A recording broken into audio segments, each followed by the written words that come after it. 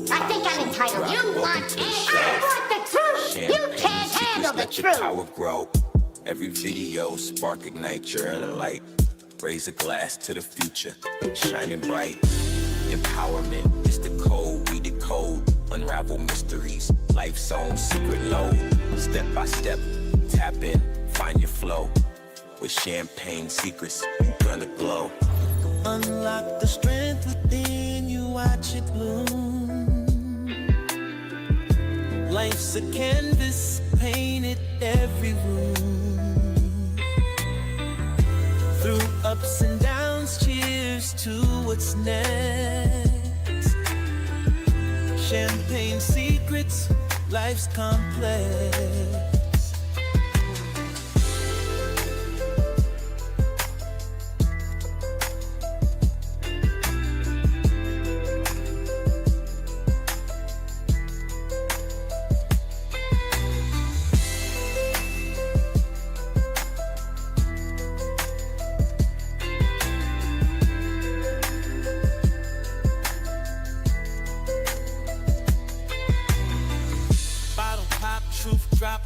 To the show, champagne secrets, let your power grow. Every video spark ignite your inner light. Raise a glass to the future, shining bright. Empowerment is the code we decode. Unravel mysteries, life's own secret load.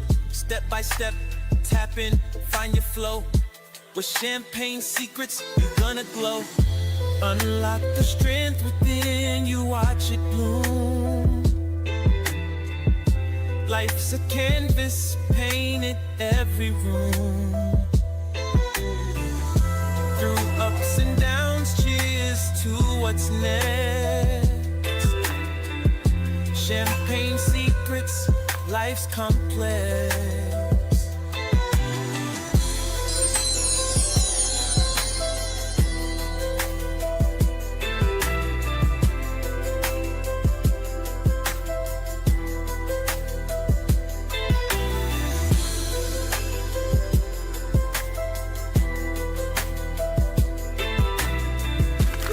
Second and let's talk. Yo, DJ, roll that beautiful champagne footage. Confidants?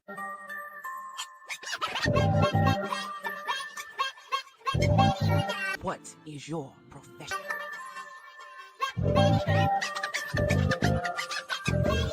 What is your profession?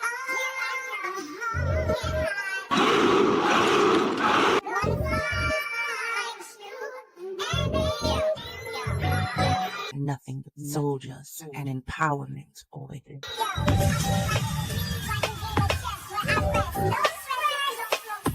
You want answers? I think I'm entitled. You want answers? I want the truth. You can't handle the truth.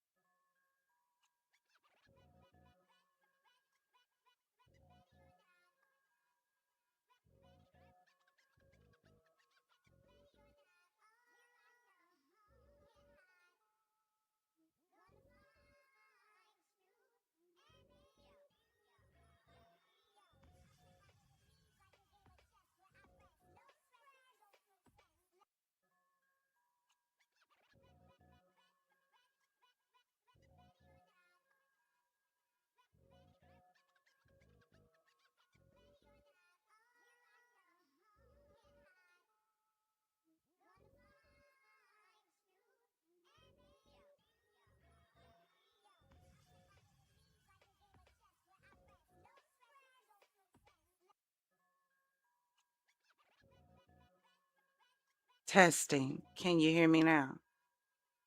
Can you hear me?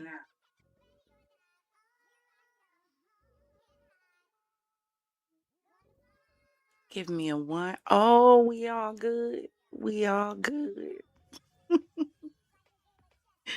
Y'all, let me run this doggone intro back. And then let's get back into the show. I ain't got time for all these technicalities and difficulties and all of this foolishness while we trying to get to the circus. The circus got enough foolishness. The SideShow got enough going on. We don't need no more going on with this stream. Y'all, we about to run this quick little intro back so that I have a editing start point, and I'll be right back with you.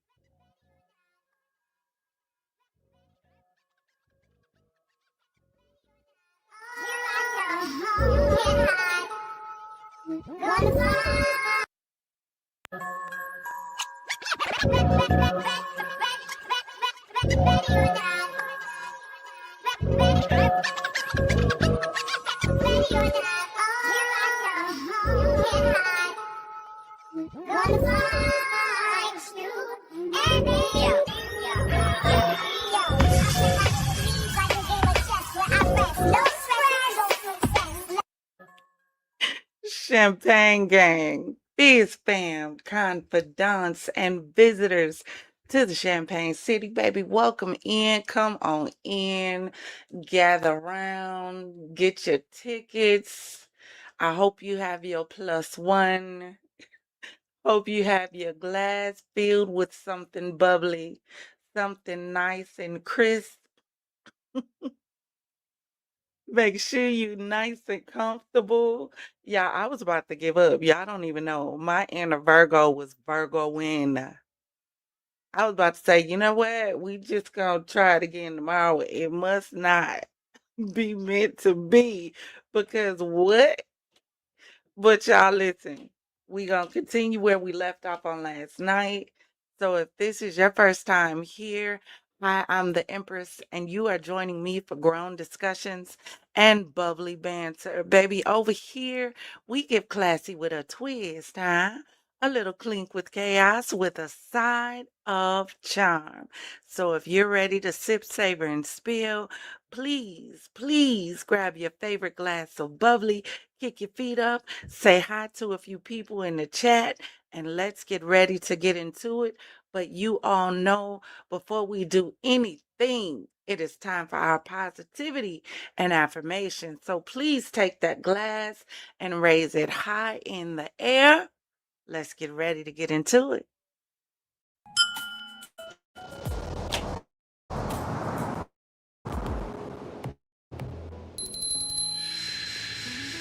All right, all right, all right.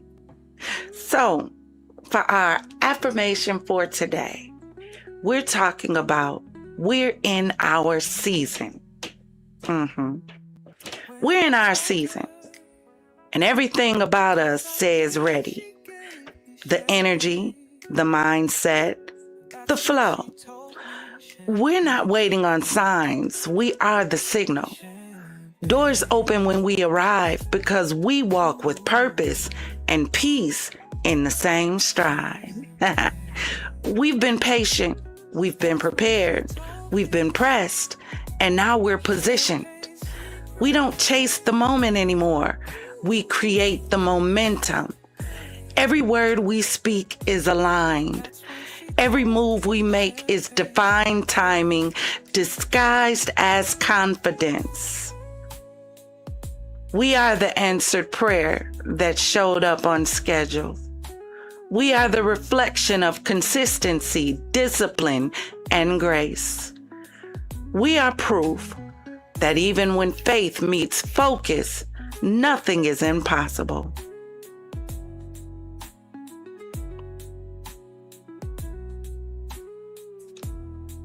We're not waiting on opportunity.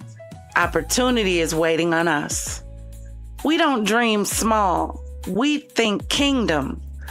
We're not asking for the table. We bring the blueprint. We don't fear the spotlight. We shine responsibly. Take your glass, lift it high, and repeat after me. We're in our season of alignment, advancement, and abundance. Everything connected to us wins. Everything we touch multiplies. We're walking like favor got a crush on us. We're talking like peace is our second language. We're living like blessings are on repeat. This is not luck, it's legacy. This is not hype, it's harvest. We're not just in our season, we are the season.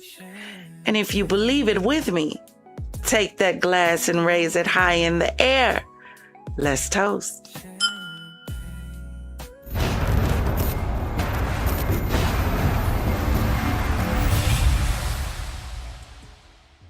Ladies and gentlemen, confidants, welcome to the Hennessy Zone. Straight talk, no chaser.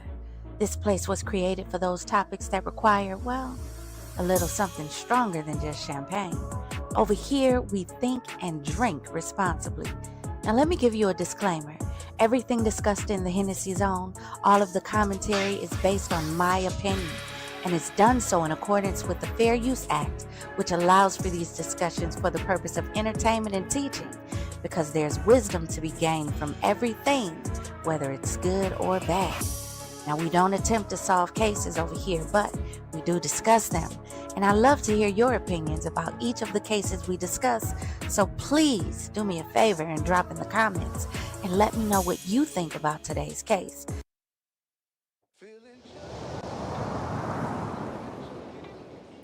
All right, now let's get ready to get into it. Thank you again for joining me. And we're going to be starting out getting into this situation with Kada Scott. We've been dealing with it for a few days. I do want to fall into these videos where we kind of left off. And we are running a little bit behind because of our little snafu, one little setting off. Your show ain't going nowhere. But let's get ready to get into it. Drop in the chat. Let me know what you think. If you've heard any updates regarding this case, if you've been following it, if you have any thoughts about what we've been covering with the case so far, drop in the comments and let me know. But let's get into it. All right, we told Kada's family we would not let this story go until we have a resolution.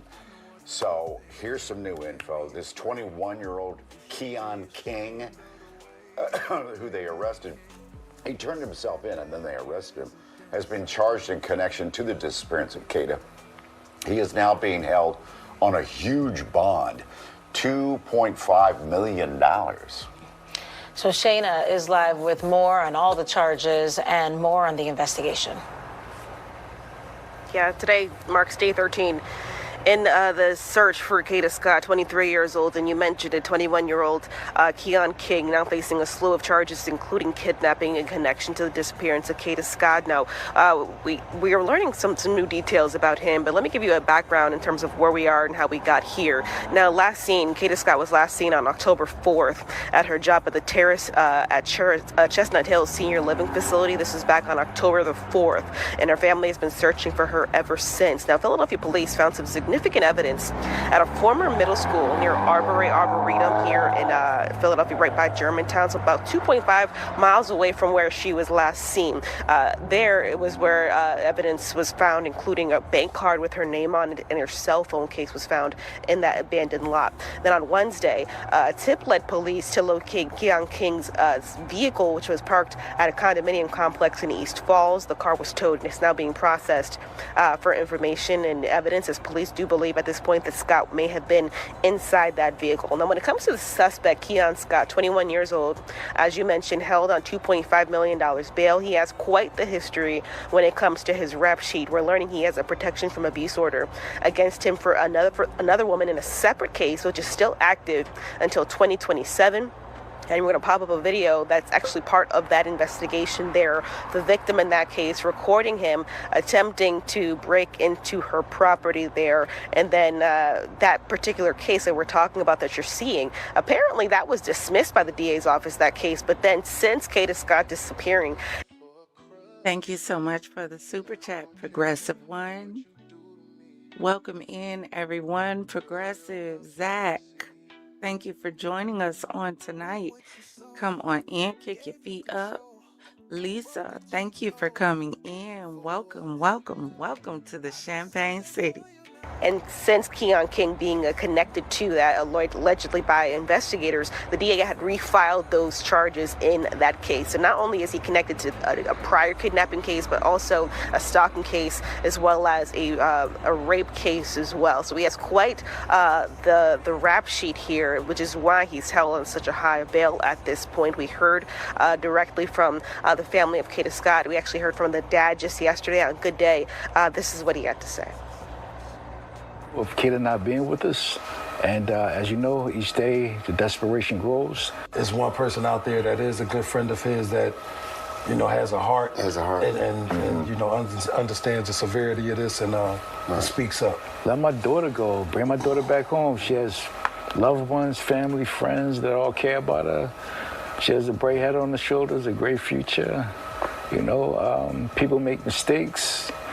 If she's alive and breathing, you know, just get her back home, you know? We want her home. Again, that was Kada Scott's dad and her uncles on Good Day just yesterday. Now, we're live right outside. So y'all listen, that was the whole situation about him being caught looking through the window. One thing that I want to say to y'all, and again, I want y'all to make sure y'all are having a conversation with y'all young ladies in y'all family to let them know that behavior is not okay. It's not. That's not cute. That's not love. That ain't what love look like.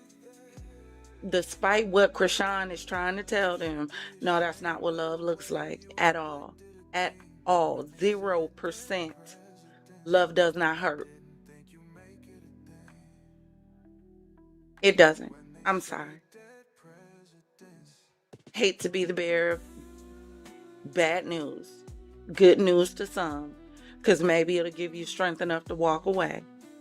Love does not hurt. It does not seek means to make you cry. It does not seek areas to tear you down. That is not love. It doesn't take your vulnerabilities and exploit them. That is not love.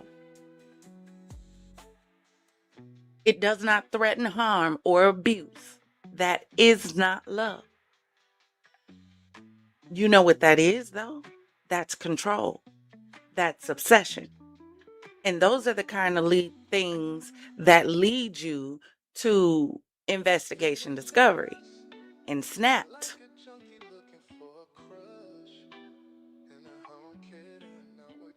Progressive said, who is he related to? And who has he been threatening? Because how he keep beating these cases, one of which had a video receipt. Sheesh. I'm starting to get to the place where I don't think they care. And the reason why I'm starting to think that is because too many of these cases have situations where an individual could have been locked down, but they weren't.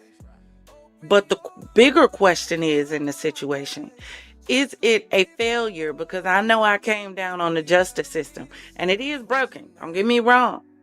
And I still believe it's hard for a broken system to fix broken people. Still think that, excuse me. But we have to sit back and be honest about the fact that a lot of these cases, when they go to court, the so-called quote-unquote victim does not show up. So then the case gets dropped and they're back out on the street. And I'm really wondering if that's the case here. He had cases, but they were dropped. Ain't no way the video and the DA drop it. But you got to think about it like this, though. Peeping in a window is not as strong of a crime as an attack. You know what I mean? So even if he were to be arrested for looking in a window and jumping the fence, There was no threat. If he didn't brandish a weapon, if he didn't attempt to kick in the door, if all they caught was him looking in the window, especially when they had a past history, majority of the times that stuff sees like minimal consequence at all, because there's no threat of violence, unfortunately. The system created a monster, so to speak, allegedly. Absolutely, Zach. The next video that I want you guys to check out is when the remains were found. Any tips, and the public has been fantastic in providing tips and information, and we greatly appreciate that. But based on a tip that came in last night through the night, investigators began the process of following up on that tip this morning, starting around 10 o'clock this morning, following up on that tip. And the tip was very specific that led us back to this location here today, which you all know we were out here earlier in the week doing a little bit of a search. And so based on the investigative information, based on the investigation and what they were following up on that tip today, led us back to this area behind the school, where it's a wooded area. I don't know if any of you have been back there, but it's a wooded area that goes beyond the school. And so we begin to go back into that area where we will locate a shallow grave after being able to remove some of the debris back there, able to locate the body of a human being. All indications at this point is that it's a female. We are not going to confirm at this point that it is Miss Kada Scott, because that has to be done by the medical examiner's office. But we have been in communication with her family as to this process and the fact that we have recovered a human being. And so at this point, it's still a lot of work to be done. I'll be very candid that we can't answer but so many questions. Not going to get into the investigation at this point, because we want to make sure that all of the pieces to this are done correctly, and that we don't put out information ahead of time, because we want the people and the person that we have in custody and anybody else that may be involved in this, we want them held accountable to the highest degree of the law for what they have done. And so I just want that to be clear as to why we will not get into specific details. And so that's where we're at this point. He was specific enough to let you know it was a they, though. Now, how many thems it is in this situation, we don't know. But he has definitely clarified the fact that there is a they. You know how we were discussing the multiple vehicles? Somebody allegedly driving the other vehicle. Two people seeing moving a body from one vehicle. How many people are involved in this? How much planning went into it? Have they looked into cell phones? Have they been able to link messages? What was found in the messages? What would be your questions that you would ask in this situation if you were really looking for information from all the individuals who were involved? What are the questions would you ask? Besides the obvious, like just coming out and saying why. What questions would you ask to get down to the nitty gritty of what happened in this situation and why this baby is no longer here? But again, ladies, fellas, if you have young ladies in your family, friends, daughters of friends, whatever, y'all need to start having conversations with them about their choices. I am a firm believer, honestly, and this is just me. It's not Bible. It's just me. I'm a firm believer that young people should focus on establishing their footing before they focus on getting in a super committed relationship. Travel the world. Get an education if that's what you want. If you don't, start a business. Focus on you. Start building your empire. So that when you do get with the person that you want to be with or God sent you, you have something to put on the table already. You don't have to depend on nobody. But no, you get in relationships young. You aren't mature enough to handle the emotional impact of the relationship because you barely understand your own emotions and what you feel when you feel them. Now you're introducing intimacy and sex into that thing. And majority of women, they love from between their legs. Talk about it. If the sex is good, you got her hooked. He ain't got to pay bills. He ain't got to give you no money. He ain't got to take you on no trips. How many times do we got to hear a Risa Tisa story? How many stories do we have to hear?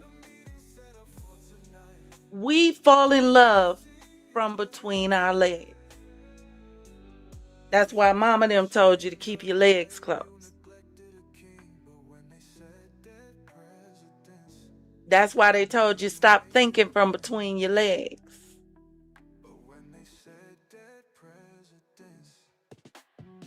But you need to have a conversation with them about their choices and who they choose and how they choose and how to set parameters and how to set boundaries and how to get to know yourself.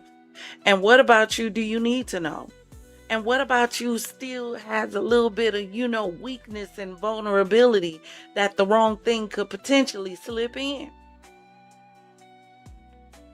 Talk to your young people.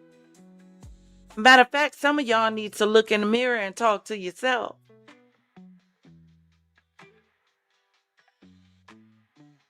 Still a lot of work, but I must say a lot of work has been done around this case. As you know, we've been searching, have done multiple searches. We shut down the police academy. That was a decision made by myself and Commissioner Bethel to shut down the police academy over a week ago, where we brought out the entire group of recruits to comb through this area.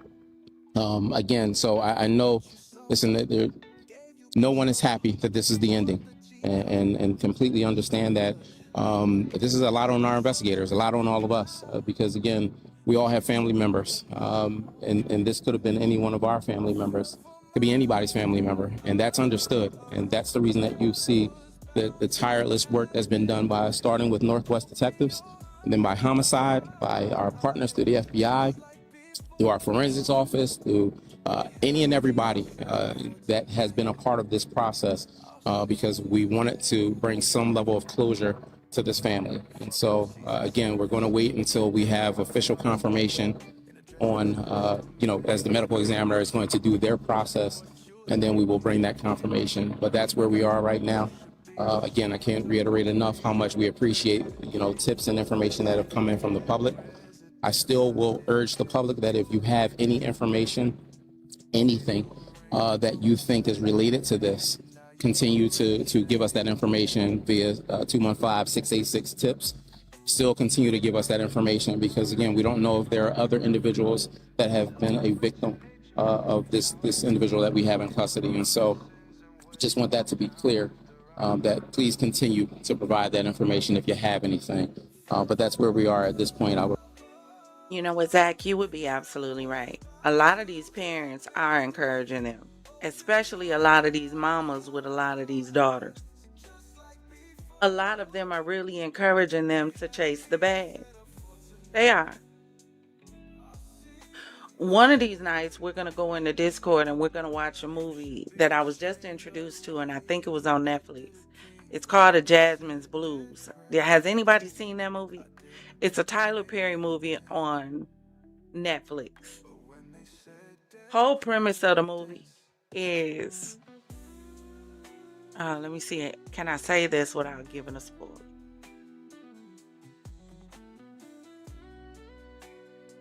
Hold on.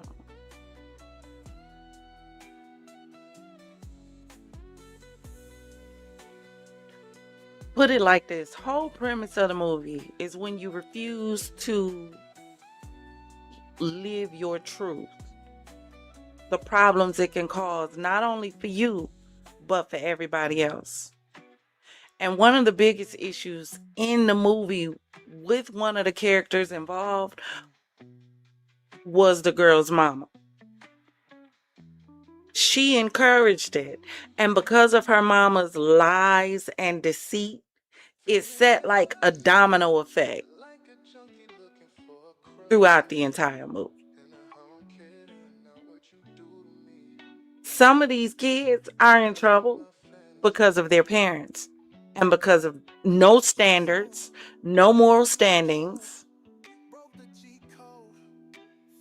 Everybody think you're judging them no matter what you're saying. Nobody wants to listen to wisdom, but everybody claims to love God. God said wisdom is the principal thing. God said, with all you're getting, get understanding.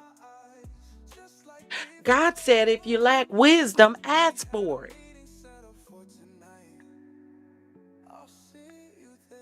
But we don't want that. We want to keep living like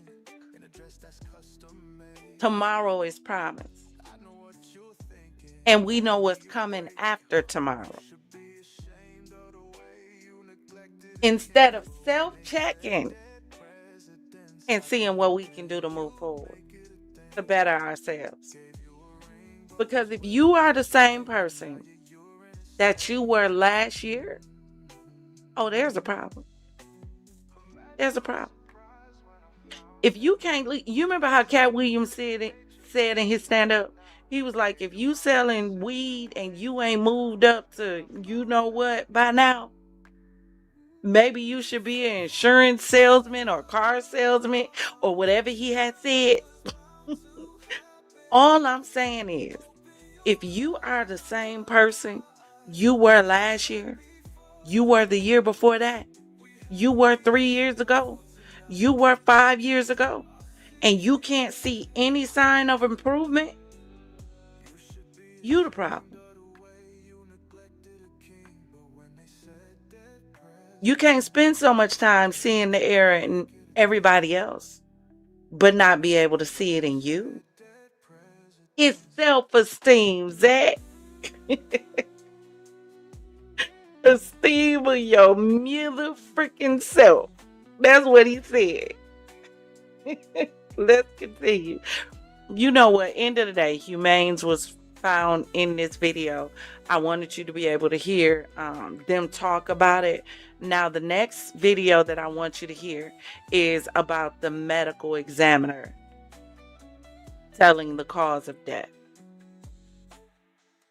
The reason why this is important is because you guys remember when we were covering the David case and people were talking about, well, why hasn't there been any murder charges found, right? The problem with that is they would have to prove that red rum actually took place. I don't want to say it too many times and it'd be a problem. They would have to prove that. Just because you have a body and that body is in a car and that body is dismembered and in a car, that does not prove that the individual was red rummed. What it could prove is someone died and someone took extra measures to try to conceal that person died. It does not equate to red rum. This is why medical examiner findings are extremely important. I told y'all, whenever there's a case, right, there's two things that has to happen before a case can go to trial or anything. You have to have an act that is criminal. You have to have an intent that is criminal. In order to determine a criminal act, in this case with Kada Scott, you would have to have the medical examiner be able to prove how she died. And not just that she died and someone concealed or discarded her body. Get it? So let's check out the medical examiner in this case and how he determined the cause of death. The Philadelphia Medical Examiner has released the exact cause of death for a Philadelphia woman who first went missing back on October 4th. Authorities say 23-year-old Kada Scott was killed by a gunshot wound to the head. Her body was found 2 weeks after she vanished in a shallow grave behind the vacant Ada Lewis Middle School. The 21-year-old suspect, taken into custody, now faces murder charges. Action News reporter Kada Scott now with the latest. 21-year-old Keon King charged with the murder of 23-year-old Kada Scott, and he faces additional counts, including abuse of corpse and robbery. Last night, church pews filled at a community meeting in East Mount Airy. We continue to pursue anyone who helped, who concealed, who participated in this act. We will not stop. Court documents reveal that on October 4th, Scott and King exchanged text messages, including Scott texting, "Kidnap me again," to which the subject replied, "Better be up too." That night, police say King called Scott 12 times within about 45 minutes. Shortly after, he picked up Scott from her job at the assisted living facility in Chestnut Hill in a stolen Hyundai. Minutes later, Scott's phone went offline, and the stolen car remained parked at Albury Recreation Center for more than 2 days. Near the area, Scott's remains were eventually found. Investigators say the night of October 5th, King's registered Toyota was at the rec center on camera, with 2 people seen taking a large object consistent with a body out of the Hyundai. Scott's remains were found on October 18th in a shallow grave in the wooded area behind the vacant Ada Lewis Middle School, right near the rec center. Last night, residents voiced their public safety concerns over vacant school district properties like Ada Lewis.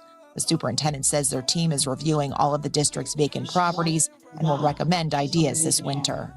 So that they can be appropriately repurposed for our community's benefit. And quite frankly, it's not just Ada Lewis. We have a number of buildings, school buildings that are vacant in the city of Philadelphia, and we will work through those. Sources expect additional people to be charged in this case. This investigation continues. In East Mount Airy, Kada Scott, Channel 6 Action News.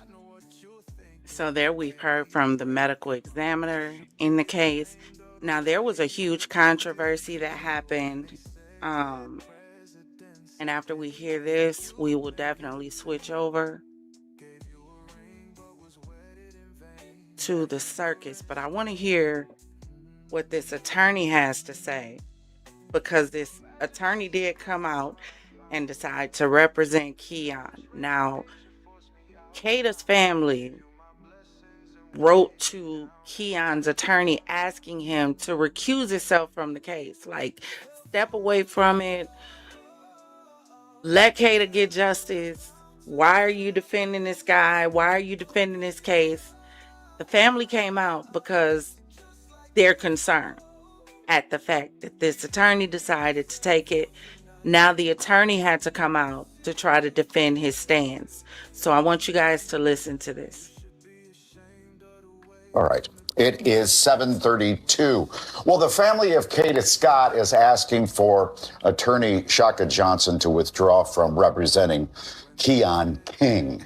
And you know that name because the 21-year-old faces numerous charges in the death of Kada Scott, including murder, kidnapping, conspiracy, abuse of corpse, and tampering with evidence.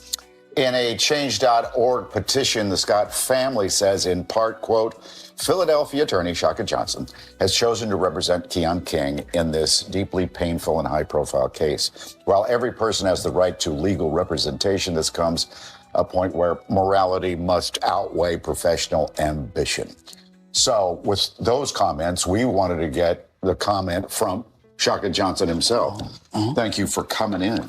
Thank you. Who approached you to take the case in the first place? His parents. Keon King's parents? Yes, his parents. Now, are you the one that convinced him to turn himself in? I walked in with him.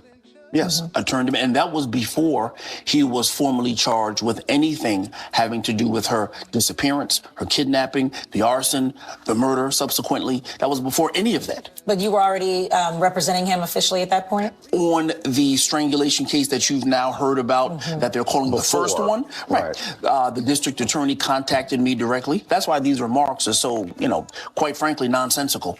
Because the district attorney contacted me, said, listen, I understand you're representing Keon King on this first strangulation. No doubt there may be some other charges coming down the pipe, but would you surrender him? Consulted with my client, consulted with his parents. We decided to do that. Had no idea that this had any relationship to Kada Scott or this sort of case why of would this the magnitude. parents ask you to represent it? So did they, when they saw the news coverage, did they think their son did it? No. They came to me long before they knew their son was ever involved. His name was even swept up in this whole case. They had no idea. They thought that their son was in very little trouble. That don't even make sense. Sir. See, before you came on the news, you were supposed to practice lie. Your attorney's real good at that. Allegedly. You were supposed to practice exactly what you were going to say before you came on here to try to lie to us, to try to make it make sense. Why would a parent come to you in order to defend their child if they didn't think their child did anything? So you're telling me long before this baby's body was found, right? You're trying to convince us that the parents came to you and asked you to represent Keon King just in case? What? In case what? A body turns up, just in case there's a murder, because if you're innocent, you don't need a defense if you haven't even been accused yet. They called for this man before he was even arrested. Before he even found out he was a suspect. So now my question is, how much did the parents know? And at what point did the parents know? Because why? And what would make you get an attorney for your son when your son hadn't been accused of anything yet? And this attorney on TV just because no.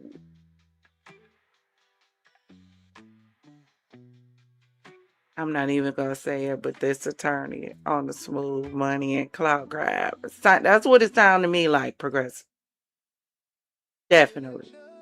Little trouble. Well, then why turn himself in? Well, because they're law-abiding folks. The parents are salt of the earth people. They're if their son is being sought after, they want to hire an attorney. Please get to the bottom of it. See why the authorities. Asked, so that's where they wanted to see comply. why my son is being sought after, and let's investigate it. That's exactly what it is. They had no idea he was associated with this. We obviously came to find that out, and at that point, I was already his attorney. For everyone who's joining us, we will be entering the circus to let the SideShow begin in about 10 minutes.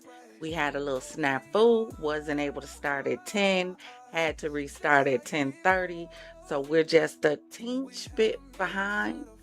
But I want to finish this Kada Scott case until there's further updates, because I have other cases that I want to discuss with you guys, and I definitely do want to get into the SideShow. So if you're not into the whole crime thing, it is absolutely fine. Please come back in about 10 minutes, and I promise you we're going to enter the circus. And I'm going to drop the link, because we are going to have that panel discussion that I promised you on last night. All right? And because of the strangulation case, why was he out? The case was withdrawn. That strangulation. Because the victim didn't show up in court? Because the victim did not show up in court. Why don't they just do it by Zoom? Well, no. You have the right. We have constitutional protections, and people have to come to court. You can't wage allegations against a person and then get on the computer. You got to come down, participate in the process that you began. But aren't there some cases where even, for example, like domestic violence, or situations where even if the victim isn't able to come forward, that they're still able to prosecute? Or is that just a different scenario? No, it's a slightly different scenario. Okay. But in this particular case, she was given the opportunity to come to court twice. She didn't come to court, and so the case was withdrawn. As happens, let me be clear, this is not something that is... Now, see, that's what I told y'all. And that's what it sounded like. We keep wondering why all these monsters are running the streets. And we have to understand that a lot of times when these monsters get caught, the individuals who are the victims do not go to court and see that thing all the way through. So charges never stick.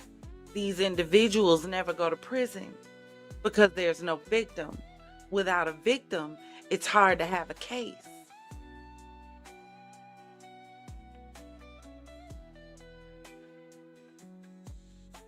This is another thing. Y'all got to have a conversation. We got to have a conversation with our young people about. It's a whole lot of women would still be walking the earth today had they seen that thing all the way through and not refuse to show up to court.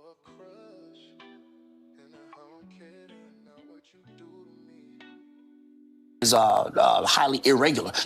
It'll happen probably 50 times today. It happens every day.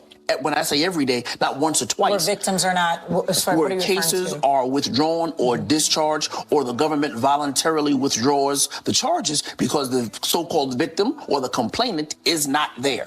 If nobody agrees to defend him as an attorney, is that when they appoint a public defender? Well, I don't know that many people would not agree to defend him. We represent, when I say we, I'm speaking about the criminal defense bar. We represent people from all walks of life who are accused of all manner of heinous crimes. Okay, and I remember didn't you represent a Proud Boy at yes, one time? I did. Yes, I did. I represented Zachary Real, or one of the leader of the Proud Boys.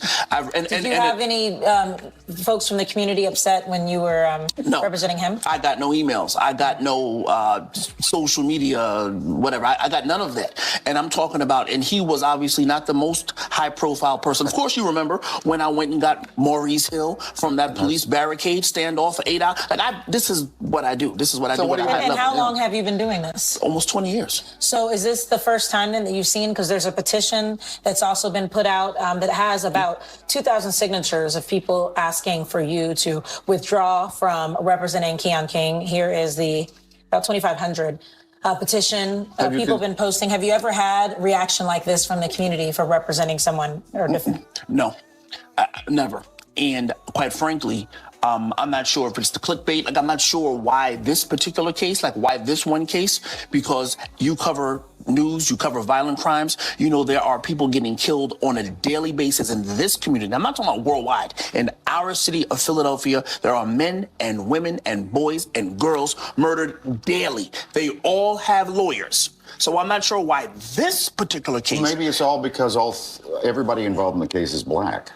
Well, we're in Philadelphia. Out of the 1.6 million people in this town, most of the crimes in that criminal justice center are perpetrated against black people by black people. Well, and we should mention that was brought up in the petition. If you look at what's on the website, it says, as a respected black attorney, Shaka Johnson's involvement in this case sends a chilling message to the black community that even those who claim to fight for justice are willing to defend known abusers, even those responsible for harming and killing black women. Yeah, that's really sad rhetoric, and people should be really more conscious of their words. Now, here's the thing, y'all, and this is my opinion, right? Two things can be right at the same time. The two things in this situation, to me, that can be right. Number one, we have a justice system that says you're innocent until you're proven guilty. They don't care whether they caught you standing over the body with the sticky, icky in your hand, the smoke still coming out the barrel, you looking down, the splatter on your shirt, your pants, and your shoes. You can admit it, and you're still innocent until proven guilty. That's a fact.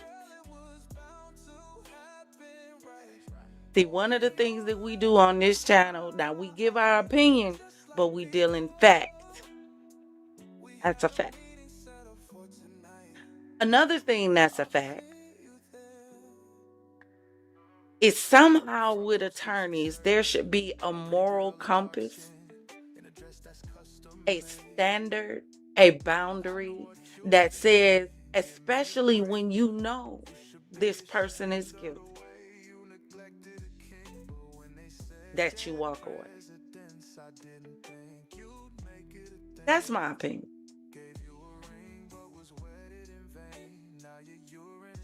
But the money talks louder, and everybody's entitled to a defense. Allegedly. I don't understand why anyone would take a case of someone who is guilty.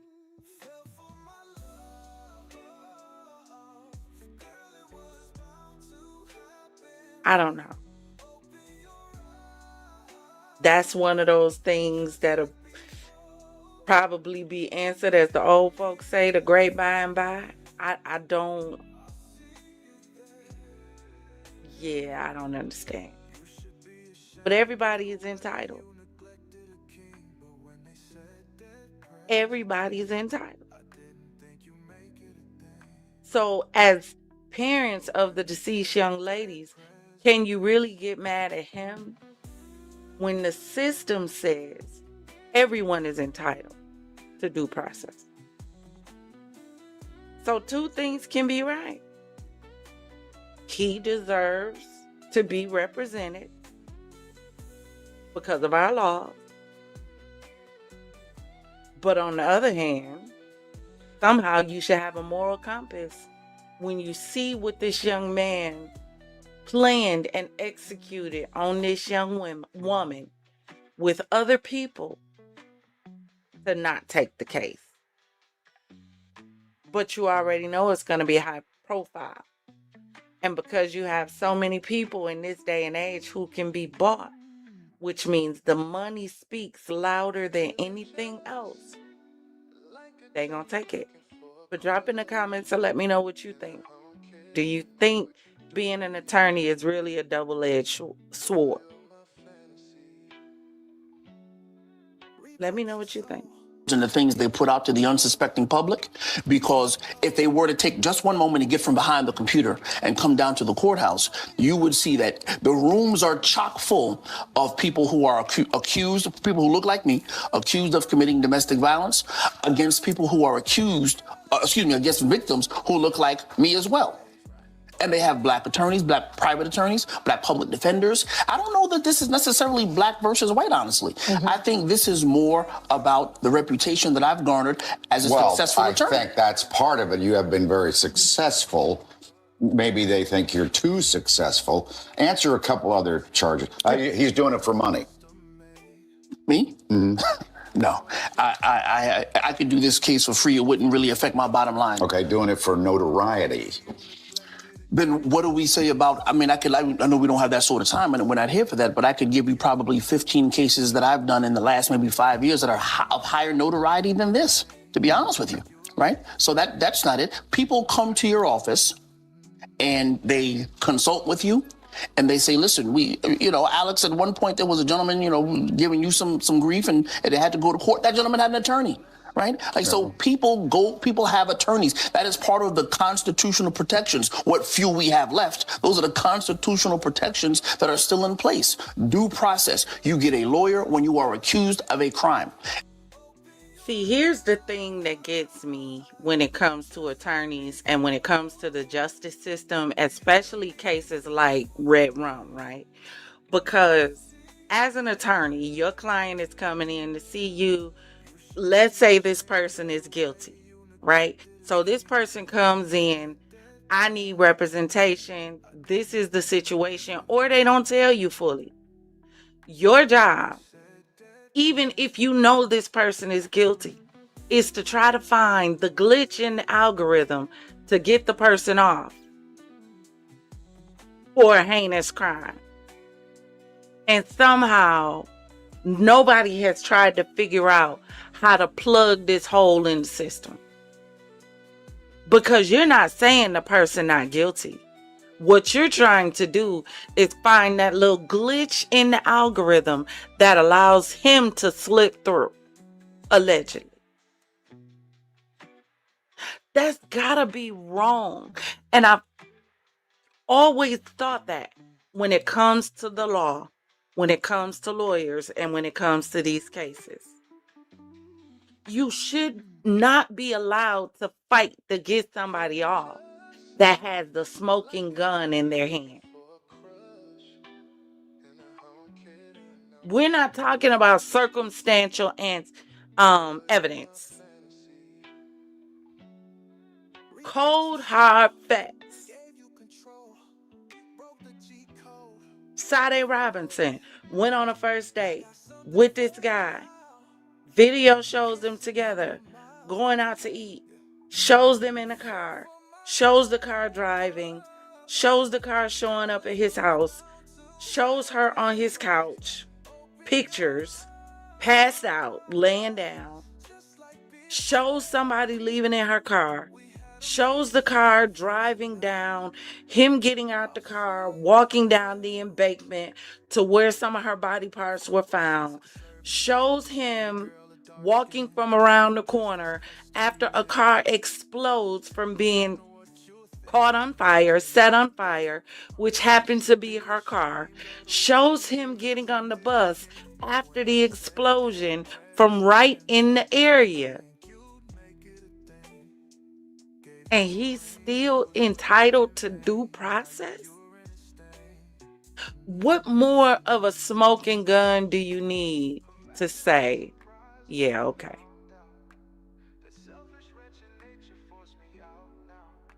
I don't know. But then playing the devil's advocate, because we got to look on both sides. The other side could be, what if you had a twin? A twin could get in trouble for something the other twin did. We're in such a mental health society. What if it was a split personality and one personality didn't know what the other one was doing? Allegedly. What if somebody else asked him to do this and he didn't know what was really going on? Just being dumb and being a follower and going along with it. I get the other variables, but y'all, sheesh. Someone who takes the time to do this to someone, not even just her, it's bigger than just Kada.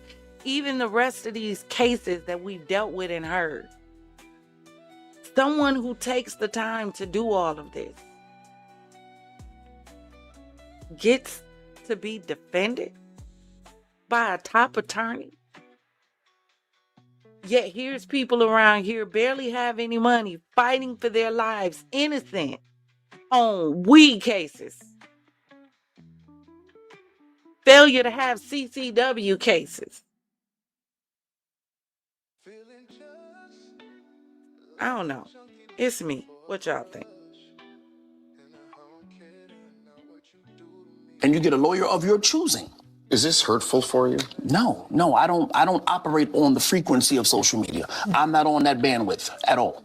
One last thing, just since you've been representing him even before these charges came out, and I know this is going to be, played out in court, so there's probably not too much you can say, but is there more about, 'cause people have been assuming and trying to figure out all kinds of reasons. Is there more that we will learn about Keon King? Do you think he is mentally stable enough to do trial? I think you're going to hear some more about Keon King. And the reason why I have been interestingly quiet, right? Because I think you both know that I'm not afraid of cameras. I'm not afraid of a microphone. I will pull up a podium. That's what I do. In this particular case, you've noticed I have been deafeningly silent. I haven't said a single word. This is my second interview. I did one Friday and then one today on this particular subject matter, and nothing about the case, because I want this to play out in court where the rules are different. The court of public opinion has no rules. You can do what you want, say what you want, like the DA's been doing so far. I am not doing that. I want this to play out in court where we have rules. Okay, we want to get you on tape saying this. Will you withdraw from this case? Well, that's your side of the story. Mm-hmm. And I'm sticking to it. Right. Yes, thank you. And we also want to mention, of course, that we've been talking with the family, and if the family's more to say, we will also get their side, as we played some quotes for you there But they from their asked petition. that everybody stop, asking them for statements until this woman is laid to rest. And so we'll respect that for sure. So you heard what the attorney said. He said he ain't removing himself from the case. He's not withdrawing. People come to him all the time. It's all kind of people sitting in the jail with attorneys, public defenders. Everybody's entitled to be represented. According to the law, he is absolutely correct, allegedly. Whether it's morally correct, I think is where we're getting caught up and tied up. Because deep down, we don't feel like someone who is a red rummer should be entitled to a defense, especially a high-priced defense. So then your moral compass starts conflicting and battling against the law. But let me know what y'all think about it. Y'all know where we going next.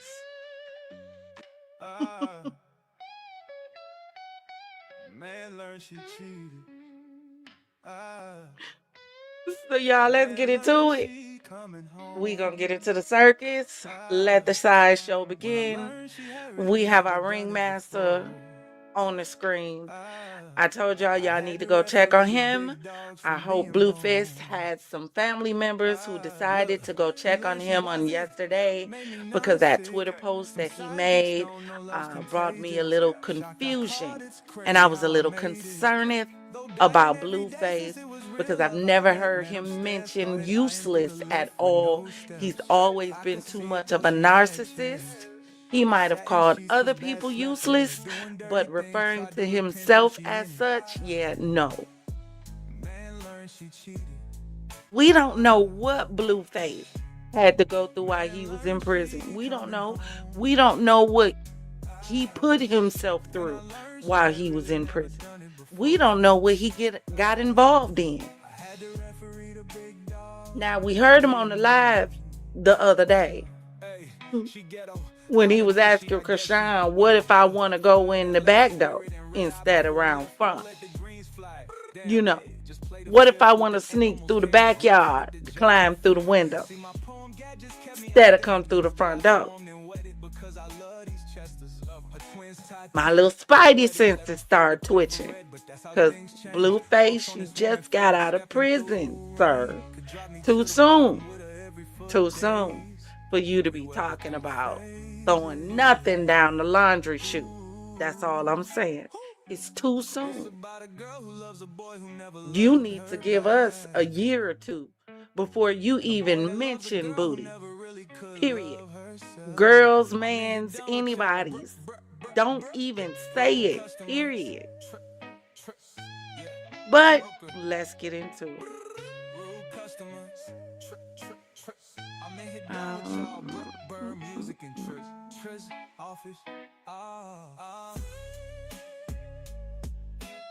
Let me see where I want to start. Give me a second. I'm going to be dropping the link. I just want to make sure I show you guys this really quick.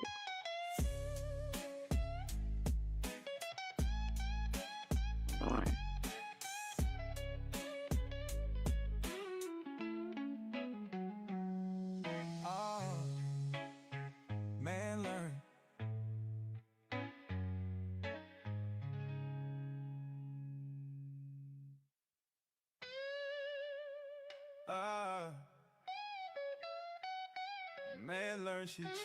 All right, now let me share.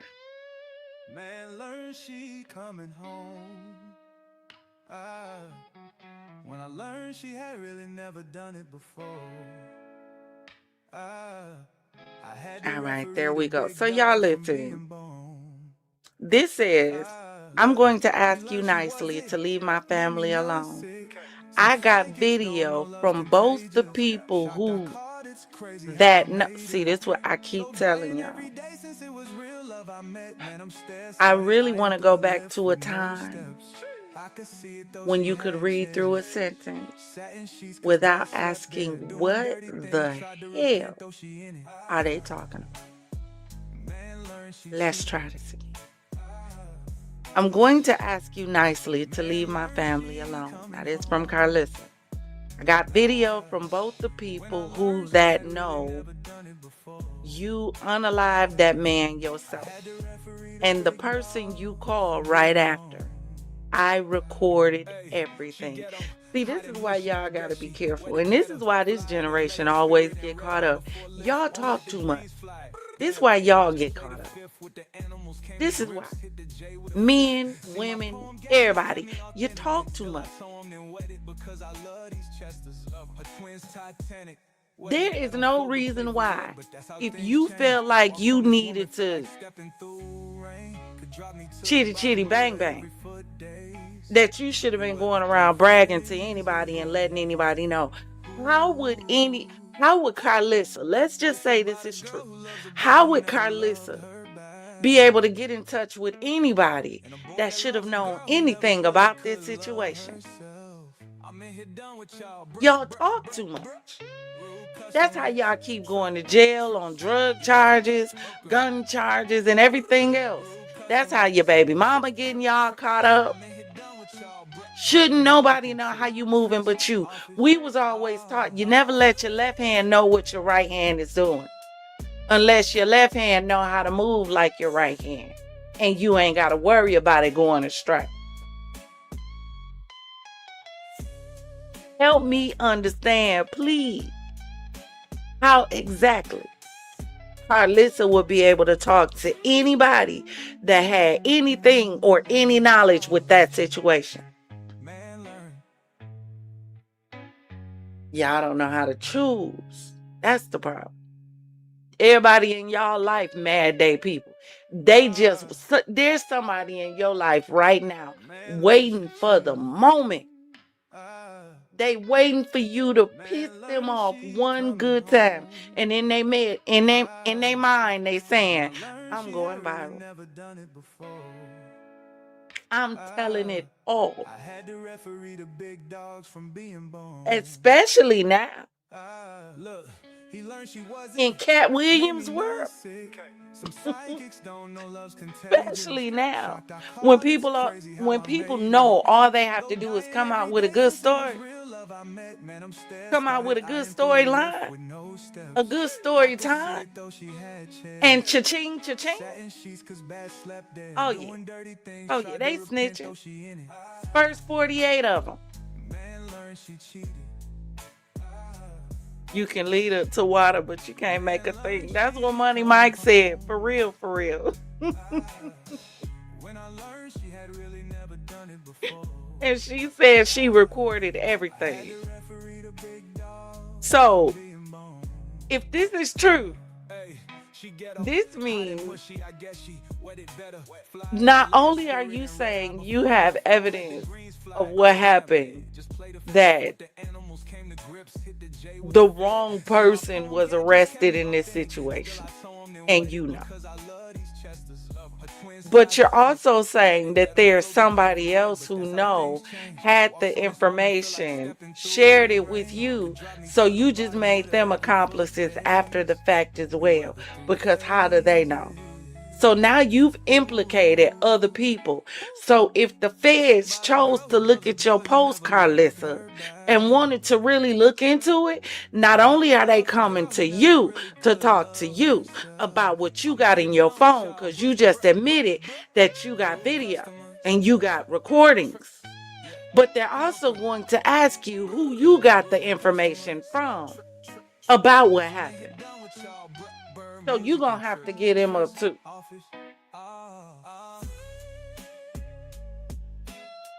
Y'all be thinking these posts and stuff is so tea. When the fact of the matter is, the same way we looking at all this stuff, guess who else is?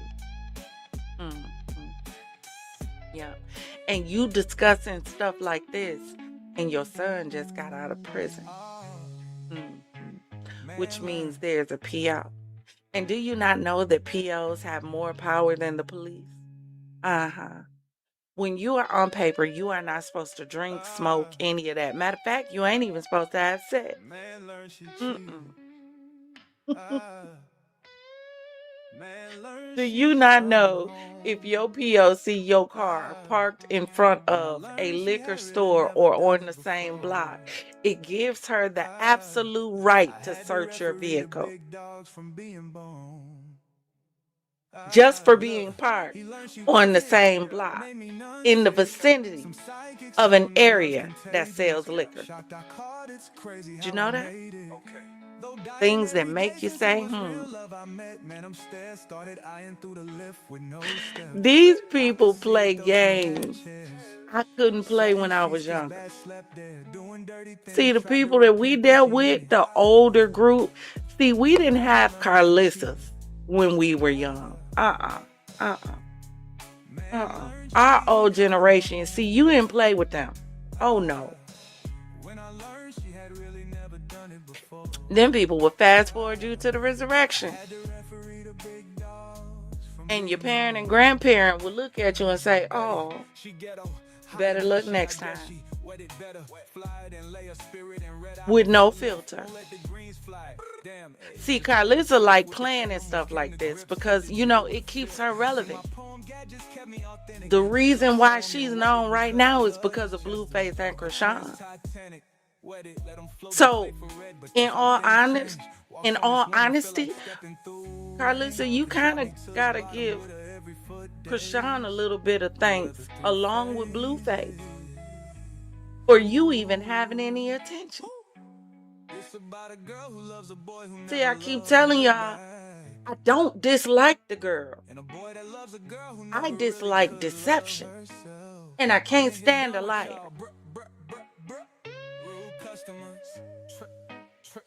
Let me see if there's anything else I want to show you. Hold on.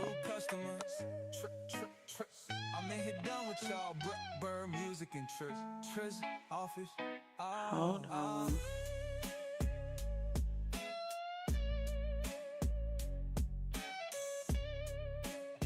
So this young lady here, y'all, she be having all the tea. In the circus, honey, she covers it from beginning to end. So, let me see.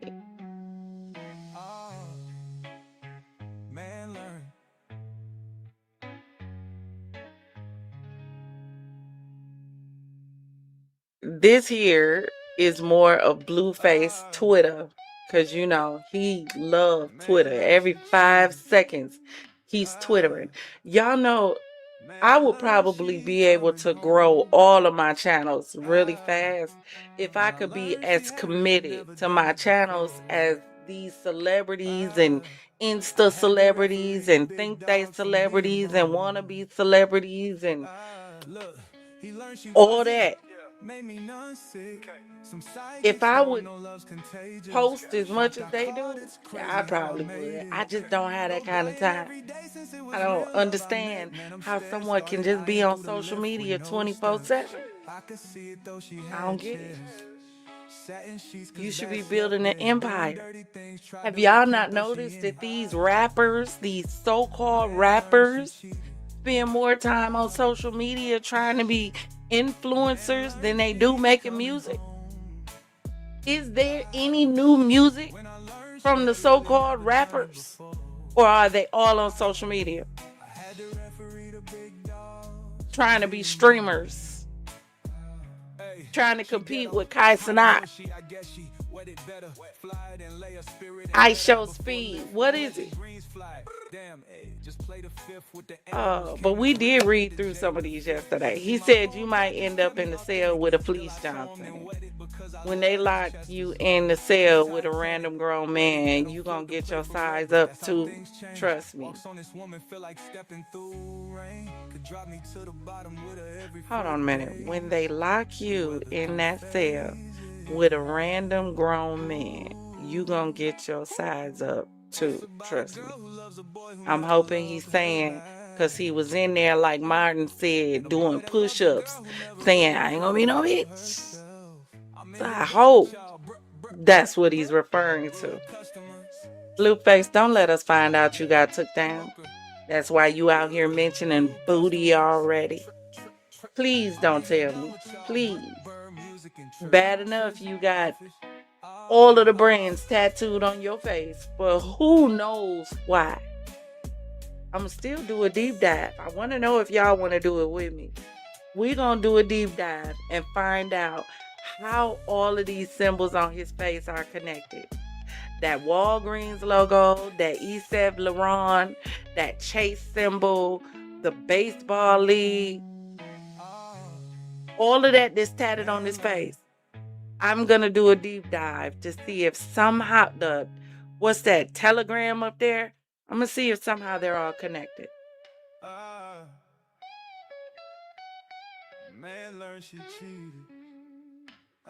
What y'all think? You think it's ritualistic? Do you think this is a humiliation ritual? What do you think? Has one of his eyes always been more shut than the other?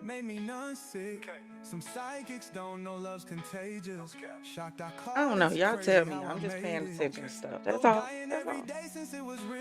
What y'all think? Yeah. His energy in this picture looks really dark. He's giving me... I know I'm going to mess up this pronunciation. Don't do too much in my chat. Extentation. Is that how you pronounce it? He don't give y'all that right here. Like that weird energy from this picture. You don't feel that looking in this picture. Even the way his head is like tilted down and looking up. Majority of Blueface pictures before he went to prison, and it can just be an aftermath of going to prison. He could have just been fighting for his life and his safety and not his boo, is all I'm saying. But in this picture, he looks dark. His energy is dark. It's not as light as it used to be. He's still narcissistic, don't get me wrong, but it doesn't exude from his face and his eyes the way it used to. When Blueface used to walk up, you used to look at him, even in pictures, you would look at pictures and be like, that's one cocky mother. You know what I'm saying? Now, this picture, even though we know he's still cocky, this picture doesn't say it.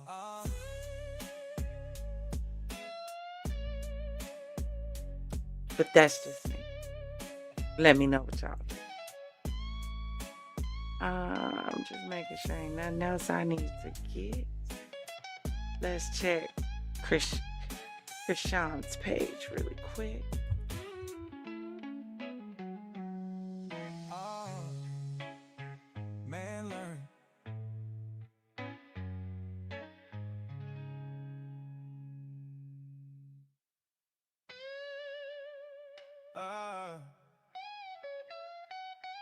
Man learned she cheated. Man learned she. So she's saying it's a turnout, y'all. She don't want no liquor, nothing around her.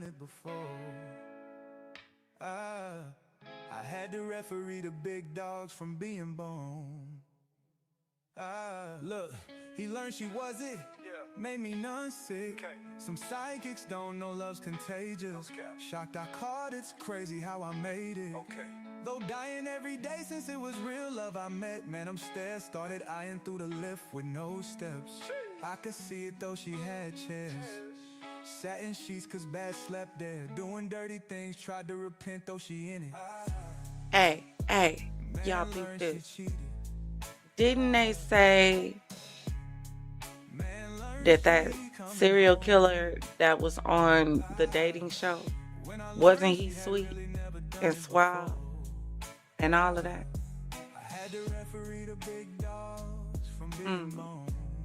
Majority of these young ladies who get in a relationship with these men fall in love and have children.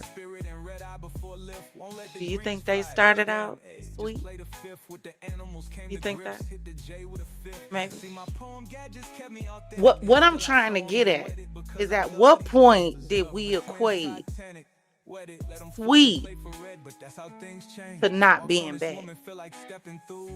Somehow, because let me tell y'all something. I keep telling y'all, I have one of these.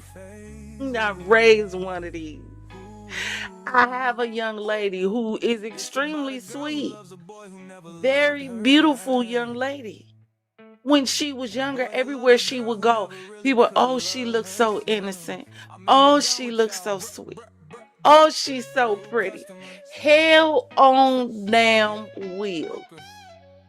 Y'all hear me? Somehow we have it confused that because a person is sweet, don't mean they can also be demonic. Didn't BBG tell y'all poison? Never trust a big butt and a smile. Somehow y'all think a smile can be poisonous. Y'all don't think a pretty face can be poisonous. You better ask Samson. Who else do we need to ask?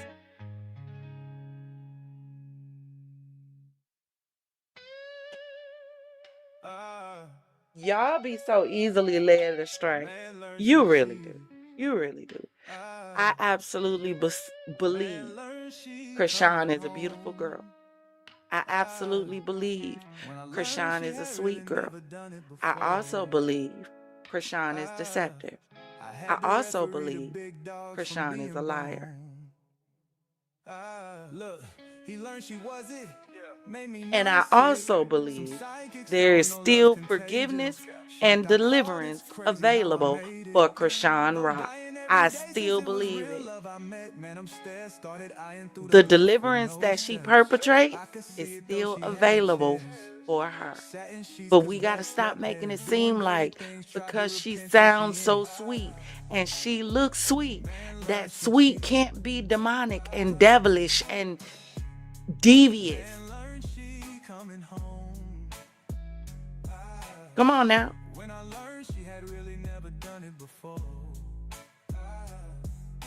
To referee the big dogs from being born.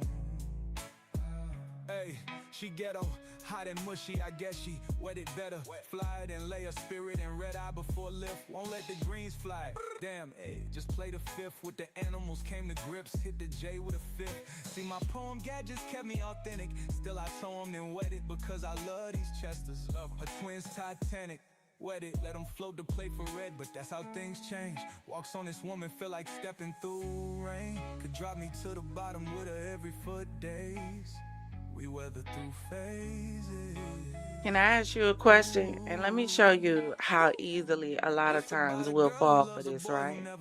Because we're watching this and people will be looking at her story and they'll say, oh my God, she's trying so hard. She's sharing all of this stuff from other people. What have you seen Chrisean share from herself? It is easy for me to come on here and for me to grab a bunch of other people's words and share it on here for you. It's very easy for me to do that. And I can make you think that I believe in what everybody else is saying because I'm sharing with you words from everybody else.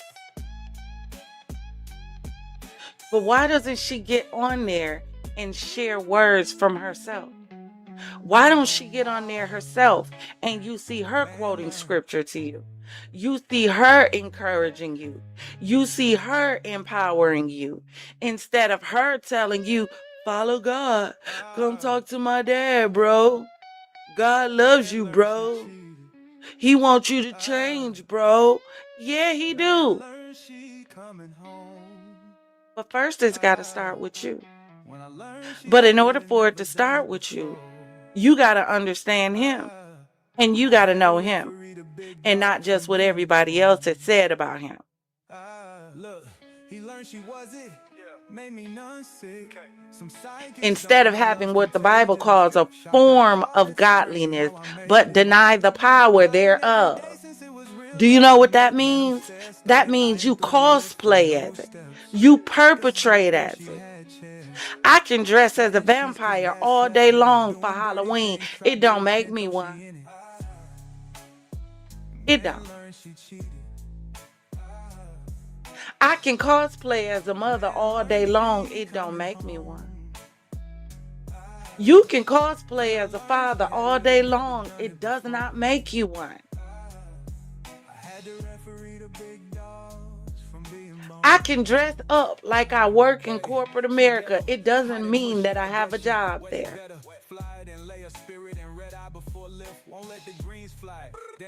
You never see Chrisean herself quoting scripture.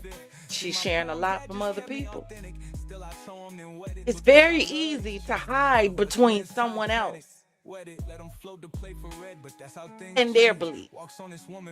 It's very easy. I could start a YouTube channel right now. And all I posted is biblical shorts. And a boy that loves a girl who never really could love herself. I'm in here done with y'all. That doesn't mean that I believe in God. It means I know how to tap into what the people want. Because if you really pay attention, there's a lot of people who are looking for the inspiration. They're looking for the empowerment. They're looking for the encouragement. And a lot of people, in all honesty, are looking for God.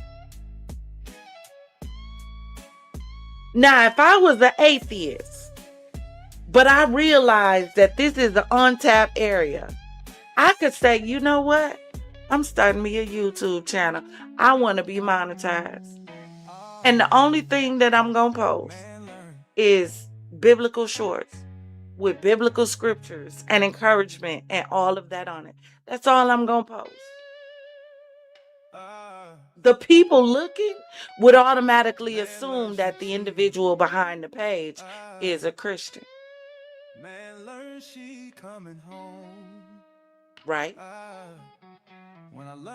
So if it can happen in that instance, why is it that we're consistently so blind when it comes to this one? It's no different. What makes you think that she's governed by a different set of rules than everybody else? But that's just me. I could see it though she had chairs. Sat in sheets cause bad slept there. Doing dirty things, tried to repent though she in it. Man learned she cheated. She absolutely right, but you can't be a rib for nobody, especially not a missing one if you broken. Nobody is going to replace a rib with a broken rib. So before you spend your time talking about being someone's rib, what you need to do is spend your time talking about being whole for you. I don't know, that's just a thought. One moment, y'all. Talk amongst yourself. I'll be right back. See, my poem gadgets kept me authentic. Still I saw him and wet it because I love these Chesters. Her twins Titanic. Wet it, let them float the plate for red, but that's how things change. Walks on this woman, feel like stepping through rain. Could drop me to the bottom with her every foot days. We weather through phases. Ooh. It's about a girl who loves a boy who never loved her back. And a boy that loves a girl who never really could love herself. I'm in here done with y'all. Rude customers. Yeah. Broker. Rude customers. I'm in here done with y'all. Bird music and Triz office.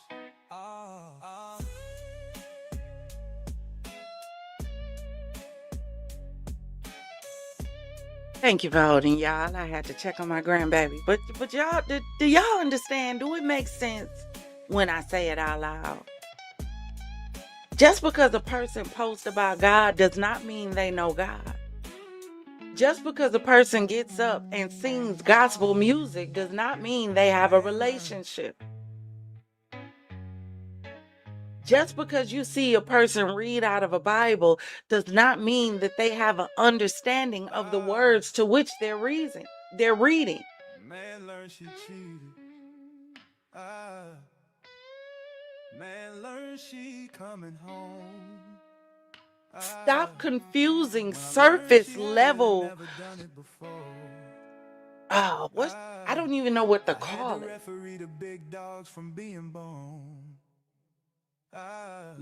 Stop confusing the outer show for inner surface.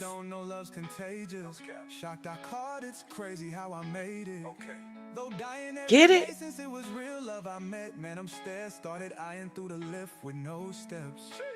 But I want y'all to check this out because Karlissa responded, but let me make sure I'm not missing anything.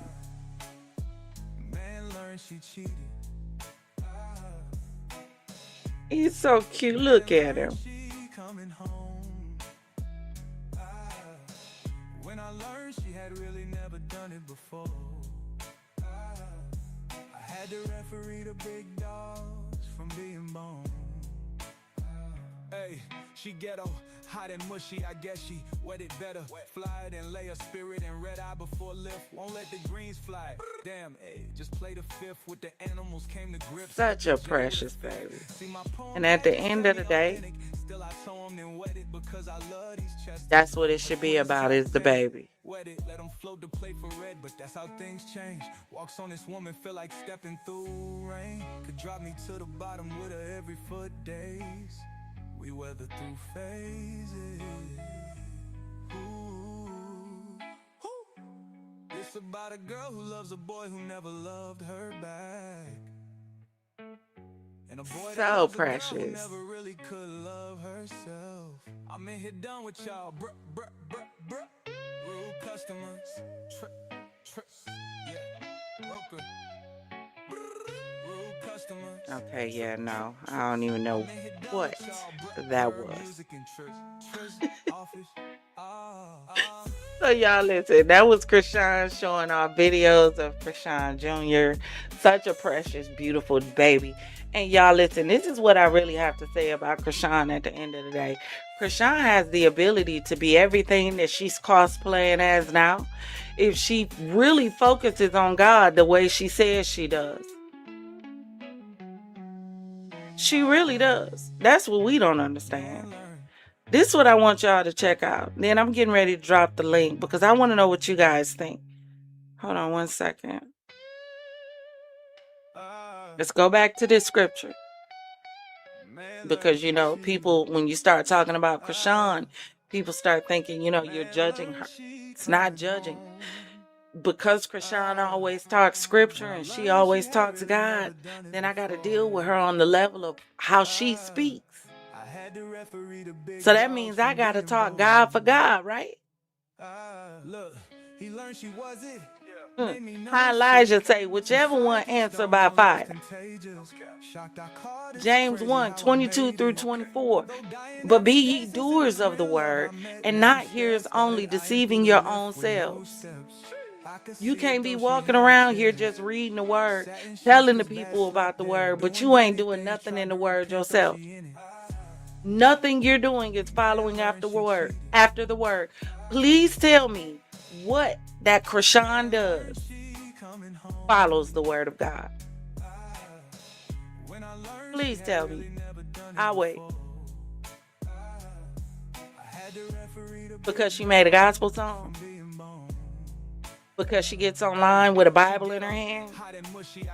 I keep telling y'all, ask her to quote a scripture besides the ones that you learn in Vacation Bible School. Oh my God. Why are you judging her? You know that's what they say, Father Locke. Everything is judging. People think everything is judging because they don't want you to put a mirror in their face so that they can see who they really are outside of what they're trying to show to the world. The world right now is a big masquerade ball. Everybody is trying to masquerade around as somebody else instead of just being your doggone self, your authentic self.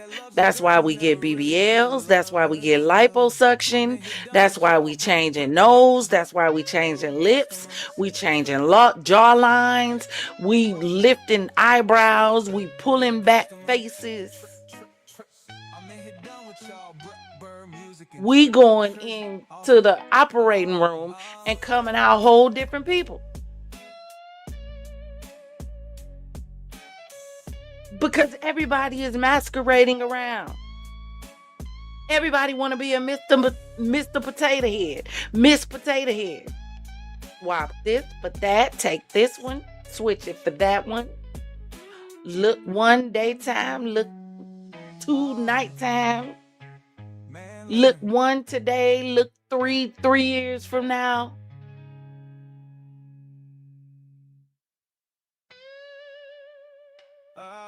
For if any be a hearer of the word and not a doer, he is like a man beholding his natural face in a glass. You looking in the mirror, you done got up, you done went to that mirror, you see your hair is all over your head. You got cockabugs in it, it's matted, it's nappy, it's crunchy, it's brittle, ain't no shine, it's dull. You got stuff all on your face, your makeup is running. You got in your eyes.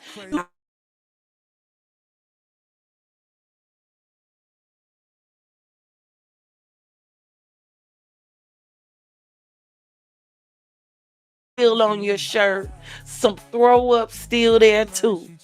And you looking at yourself in the mirror and you just do what 24 said. You go your way and straightway forget what manner of man you are. But then you want to walk out and point the finger at everybody else and tell everybody else that, you know, they doing it for clout. Tell everybody else that they the drama. They the problem. Point the finger at everybody else, but never once do you turn around and point the finger at yourself.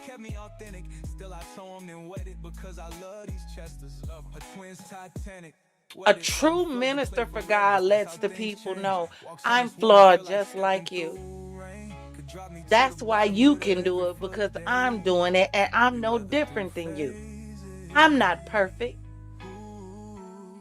Only thing that I can tell you is what thus said God.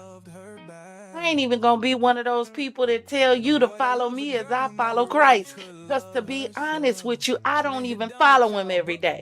Let's talk about it. But see, I ain't ready for that kind of real.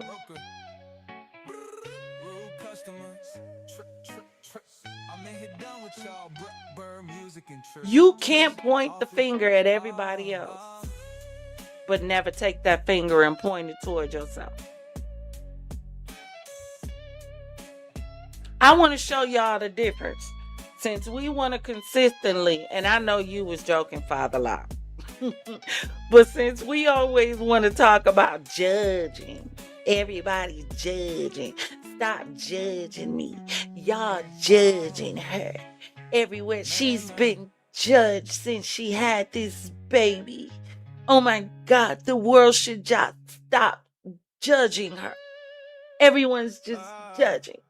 You evil, mean, horrible, ungodly people, because you're judging. And the Bible says that you're not supposed to judge. Where it say that? Y'all probably don't even know. You ain't never seen it in the scripture. You just repeating something that you heard somebody else say. Find the scripture. Tell me where it say that.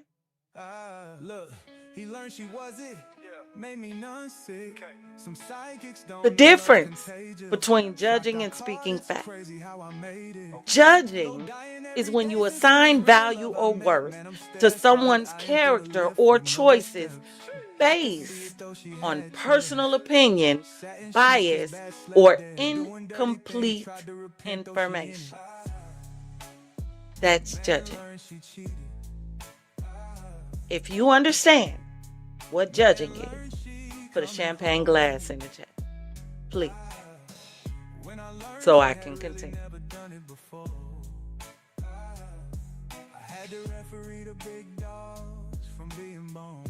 Yeah, I love this song in the background.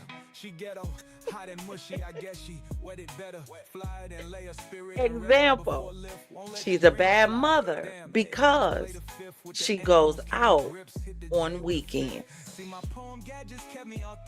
That's judging, because that's based on personal opinion. That's based on bias. That's based on incomplete information. Do you know why? Because you don't know when she leaves for the weekend or goes out on the weekend. You don't know whether she done ordered the kids food, whether she done made sure they had a babysitter, whether she made sure they were safe, whether they're at home tucked in bed safely with the heat on, nice and comfy, no care or worry in the world. You don't know whether she works a full-time job, a double shift on that full-time job 3 times a week. And the only time she gets to get out and do anything is on the weekend. So to say she's a bad mother just because she goes out on the weekend is judging. That's your assumption because you don't know. Now, on the flip side, speaking facts, on the other hand, is when you state what can be proven or verified without emotional or moral coloring. Right? So, example, she went out on Saturday and her child was home alone. She's a horrible mother. That's a fact. It's not an assumption. It's not a bias. It's not based on some kind of moral compass. A mother who would leave their child at home alone is a trash mother. Fact. See, what happens majority of the time is because we don't know how to decipher the difference between judging and speaking fact. We think they both one and the same. So somehow speaking facts is judging to y'all.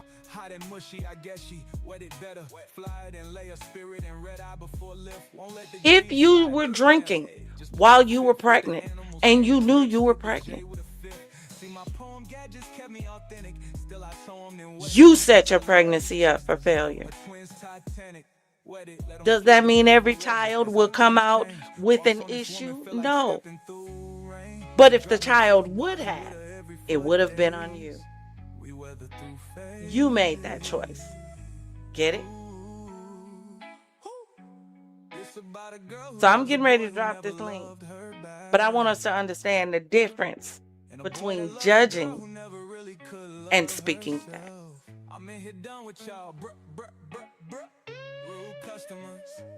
Because there's a difference. Right? But I want to hear y'all opinion on what y'all think about the circus, everything going on with Blueface and Chrisean and Karlissa and Jaidyn. I really want to hear.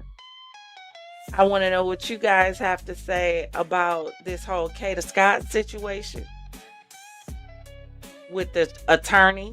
We played the video from the attorney. So I want to know y'all thoughts. Link is dropped. Hold on one second. Wait a minute. Wait a minute. Before anybody click the link. Hold on a minute. Man learned she cheated. Hold on. I gotta give y'all some house rules real quick, cause some of y'all new to the Champagne City. And I want to remain demure and cutesy. Hold on. He learned she was it. Made me non-sick. Some psychics don't know love's contagious. Shocked I caught it's crazy how I made it. Though dying every day since it was real love I met. Man, I'm stairs, started eyeing through the lift with no steps. I could see it though she had chairs.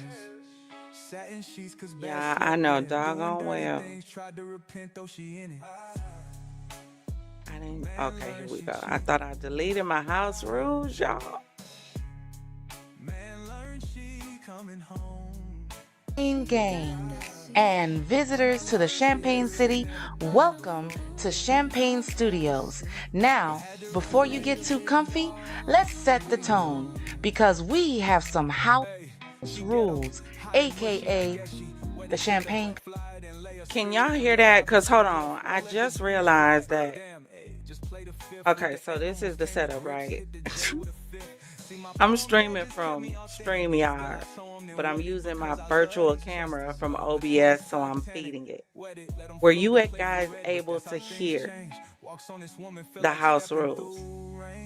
If not, I can feed it through OBS.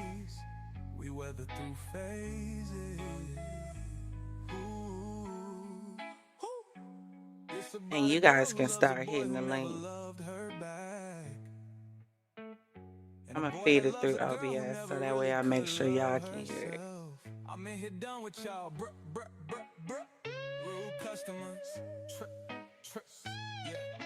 Champagne Gang and visitors to the Champagne City, welcome to Champagne Studios. Now, before you get too comfy, let's set the tone because we have some house rules, aka the Champagne Code, because in this lounge, we have standards, baby. Rule number 1, sip before you spill. Think before you comment. We love a little razzle dazzle, but reckless mouths don't get refills. Rule number 2, don't come for nobody unless you got receipts and a clean record. Tea is fine. Hypocrisy? Nah. If your own glass is dirty, don't try to toast over here. Rule number 3, say it with your chest, then back it up with a fact. We love opinions, but we love well-seasoned commentary even more. Don't bring unsalted tea to a gourmet table. Rule number 4, this ain't no back alley gossip lounge. We serve truth on platinum trays. If you're here for fluff, go find a pillow. We get into it deep, grown, and glam. Rule number 5. This is a judgment-free zone, but ignorance will get clocked. Come as you are, but don't come uninformed. We grow, we glow, and we check each other with love. Clock that. And last but certainly not least, no crusty vibes in this crystal lounge. If your energy's expired, your pass is revoked. We keep it cute, crisp, and champagne fresh around here. And remember, my loves, the rules aren't just for play. They're the velvet ropes that keep the vibes exclusive and the energy divine. So keep it cute, keep it classy, and never forget, you are it. And demure has never meant dull. Now let's enjoy the show.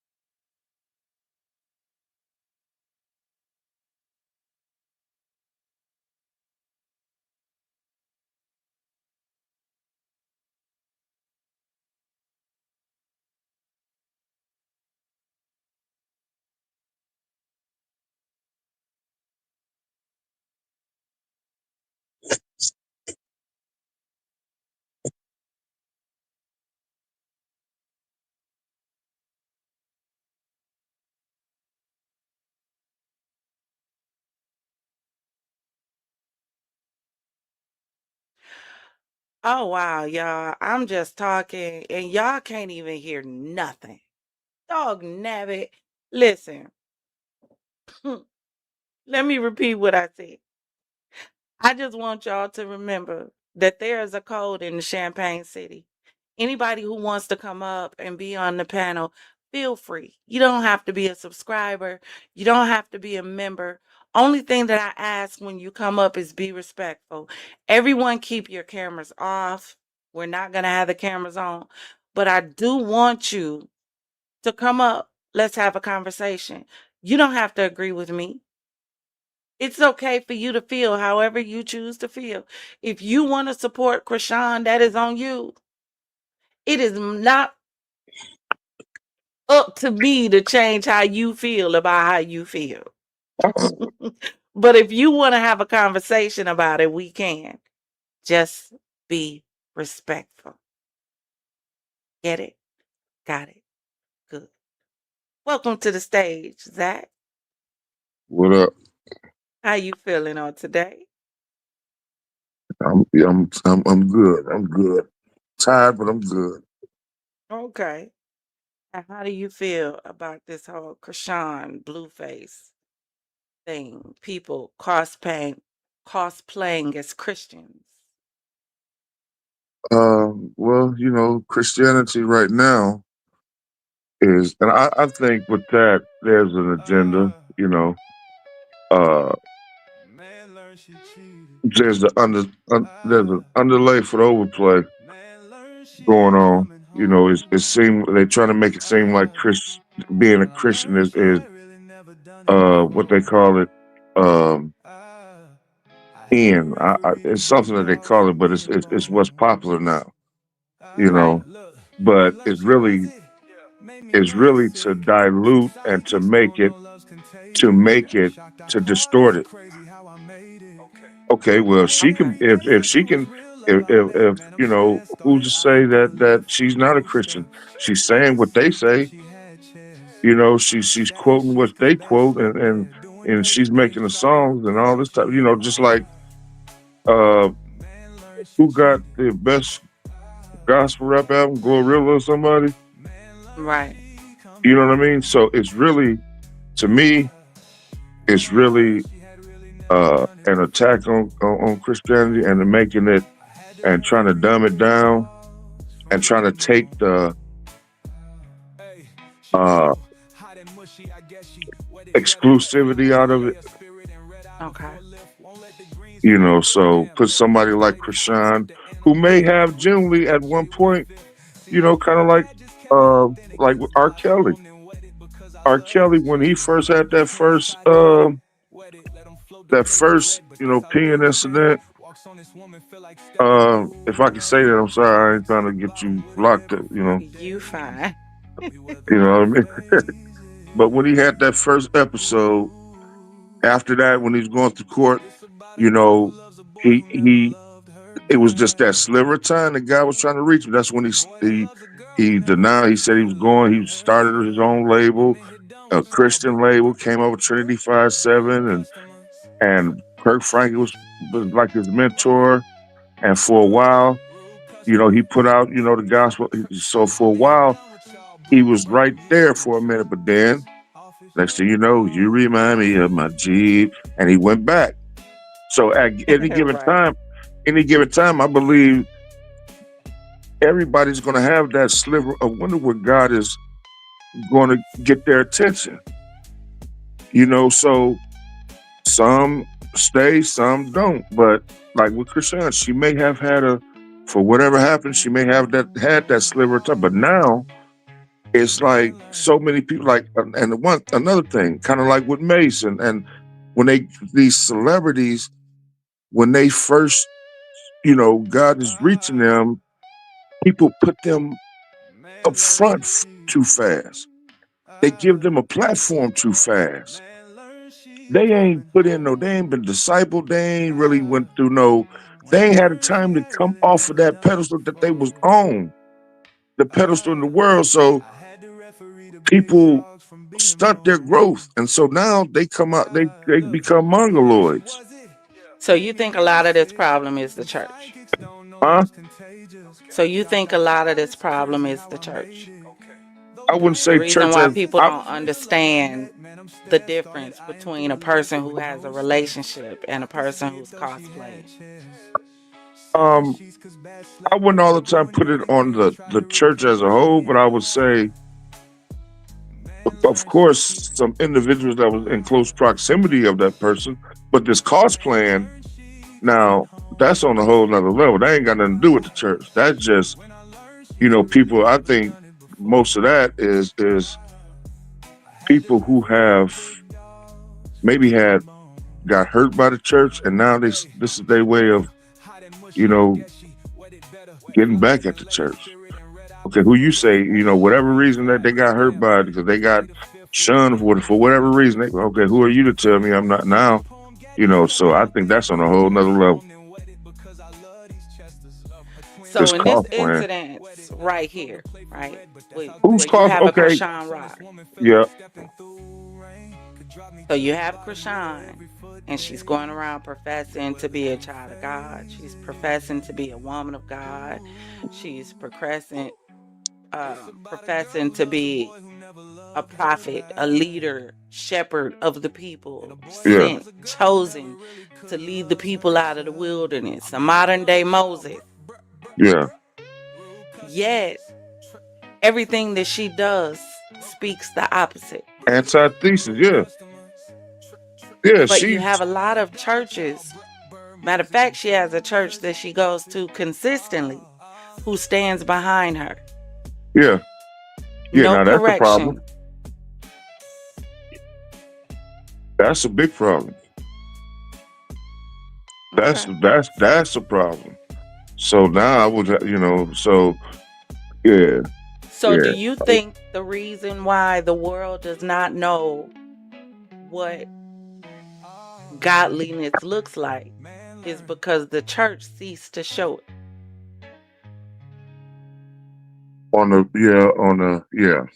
I'll say this. It's not that, because there's always a remnant, but the remnant doesn't get the, for lack of a better expression, airplay. It's not popular. So of course, Welcome. Hold on one second, Zach. Welcome in, Angela. I meant to say that. Thank you for joining us in the Champagne City, and we would love to have you. Please hit the like button, and we would love for you to subscribe and become a part of the FizzFam and the Champagne Gang, baby. Come on, join up, link up, lock in, become one of us. yes. Go But ahead, yeah. Zach. So what I was saying, what did you say? Do you think that the reason why the world, the people, don't know how to identify when someone is counterfeit is because the church has ceased to show authenticity? Yeah, the church. They don't know what to look for. This popular, they don't know. Like, you got churches like whoever's pushing her to where thinking that,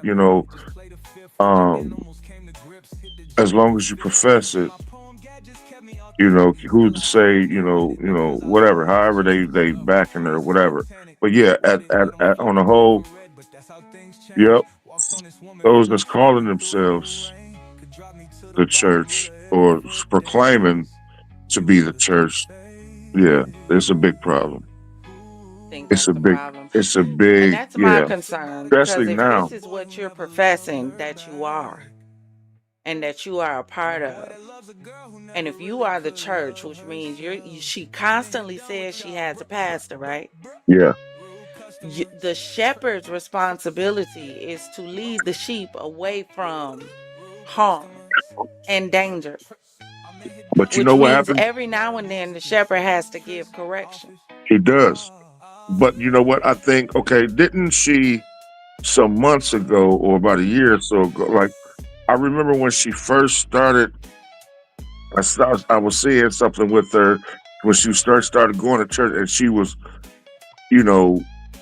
putting, paying her tithes or whatever, but she was dropping thousands, all on video. Yeah. You remember that? Mm-hmm. So, you know, you got a lot of them, you know,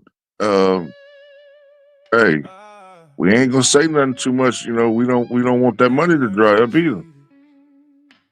So you think it's about the money? She done bought the She done not bought that correction. silence.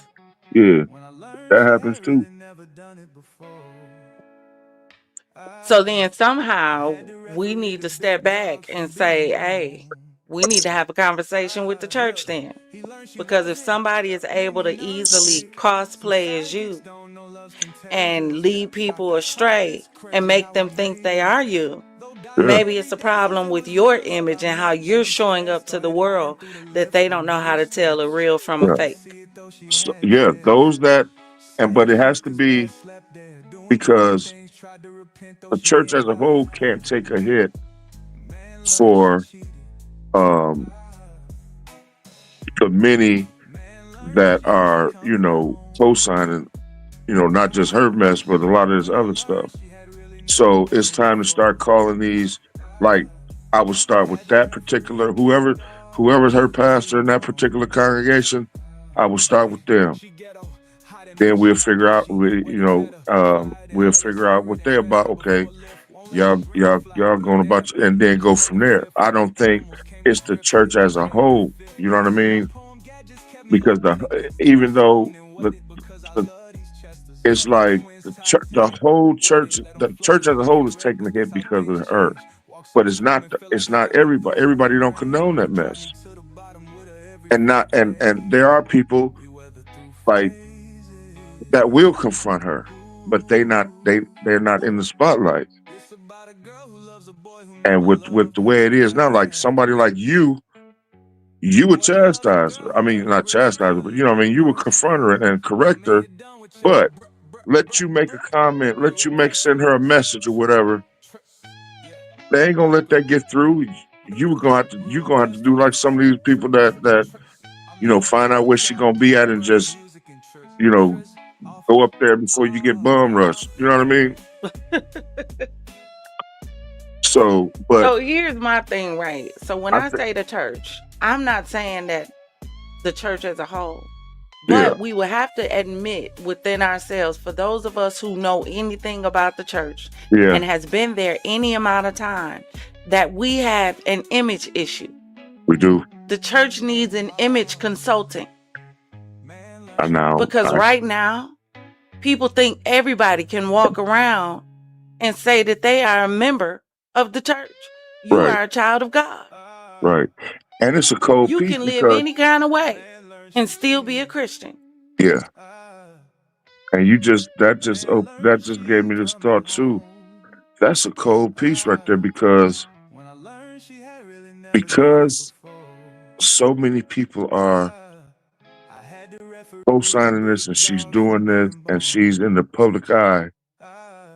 Somebody it's gonna make those who are serious and who know what it entails to be one, and if they speak out, they're gonna look as if they're against, you know what I mean?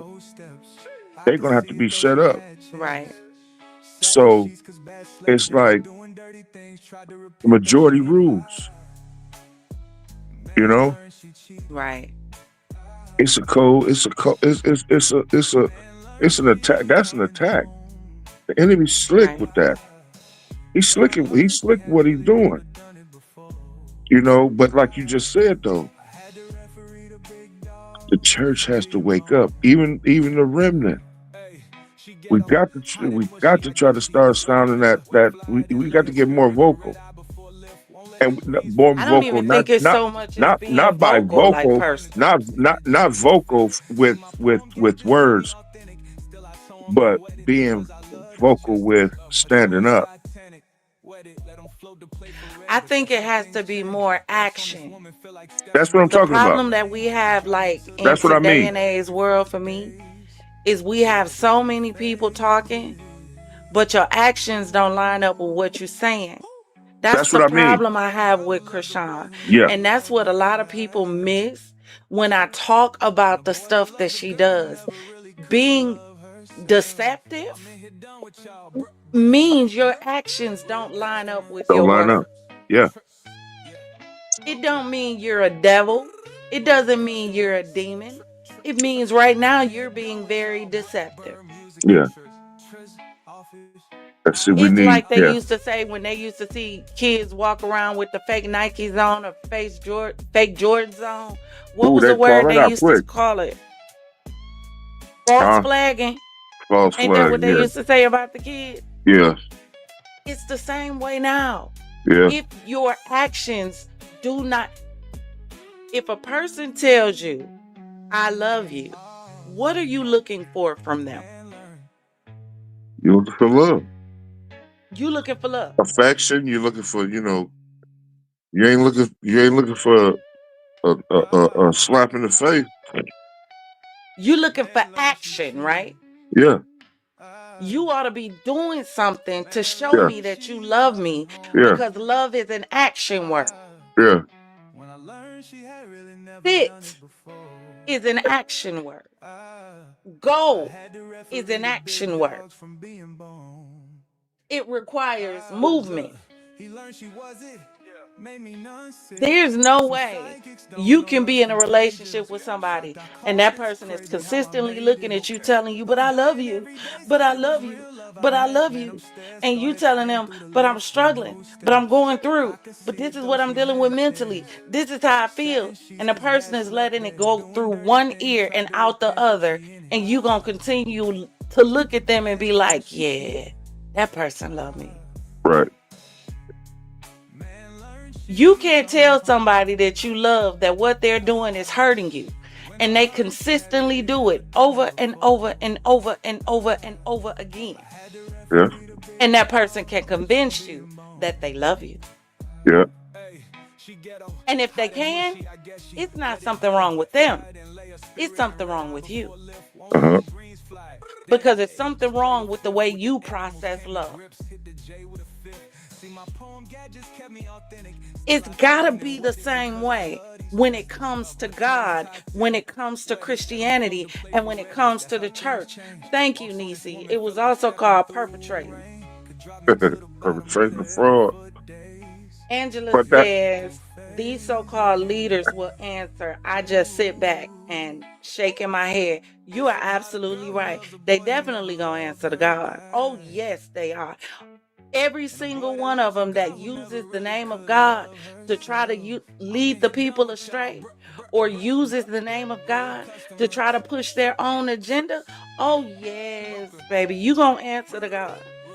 And you gonna realize, as the old folk used to say, your arms ain't long enough to fight with God. But that's the thing, But too. at some point, and then I got you, Zach.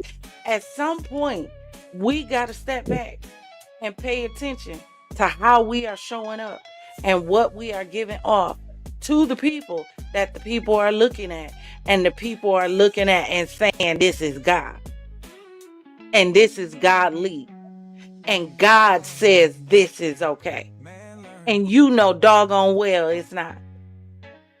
The Bible say their blood is on your hands. Yeah. Welcome to the stage, Nisi. Hey y'all. Hey What's up, Zach. Nisi? Ain't heard Hey, from my Nisi. confidant in a minute. Long time Man, no hear from. man, you know what I said tonight? I had to push through. I'd be so doggone tired, but I said I'm pushing through tonight. I got to get on. It's been too long. Yeah, me and you both, but that's what's up, and welcome back. Thank Anytime we see you is always much love. I just wanted to jump up here right quick, and then I'm gonna go back to the chat. I just want to say this. In the beginning, yeah, it might have been cool to make your little money off Chrisean when she was acting a fool with Blueface and they was doing the shows and all of that. That's fine. They done made their money off of that. How long are you going to keep on stringing on this toxic relationship and then turn around and see that it's other couples dying from this type of toxic relationship and killing each other and messing each other up because they are watching this type of shit like Blueface and Chrisean?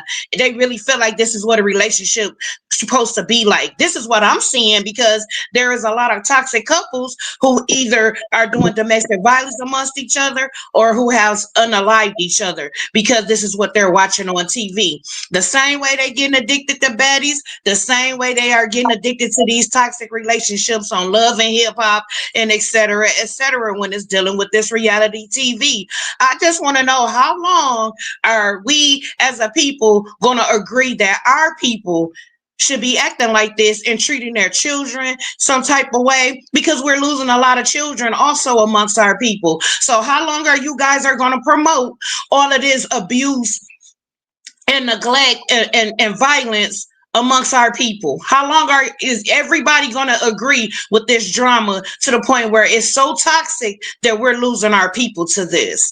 This is the question that I want to ask, because now it got to the point where if you're not paying attention to what's going on in politics that's dealing with you, why are you not paying attention to our people, our melanated people that are falling to the wayside because of being promoted as a Sukiana, a Sexy Red, or a Chrisean? You know, ain't no damn way we should be out here worrying about whether she licking toes or not. When we out here trying to see if people can have SNAP food stamps. Let's get that together. It's time to start waking up. It's what is more important to you as an individual that needs to be going on better in your life as far as teaching family structure or whatever. That's what we should be on right now. Instead of everybody keep on trying to baby Chrisean about her son and all of this and that. Evidently, it is not our place, because ain't nothing changing about this girl.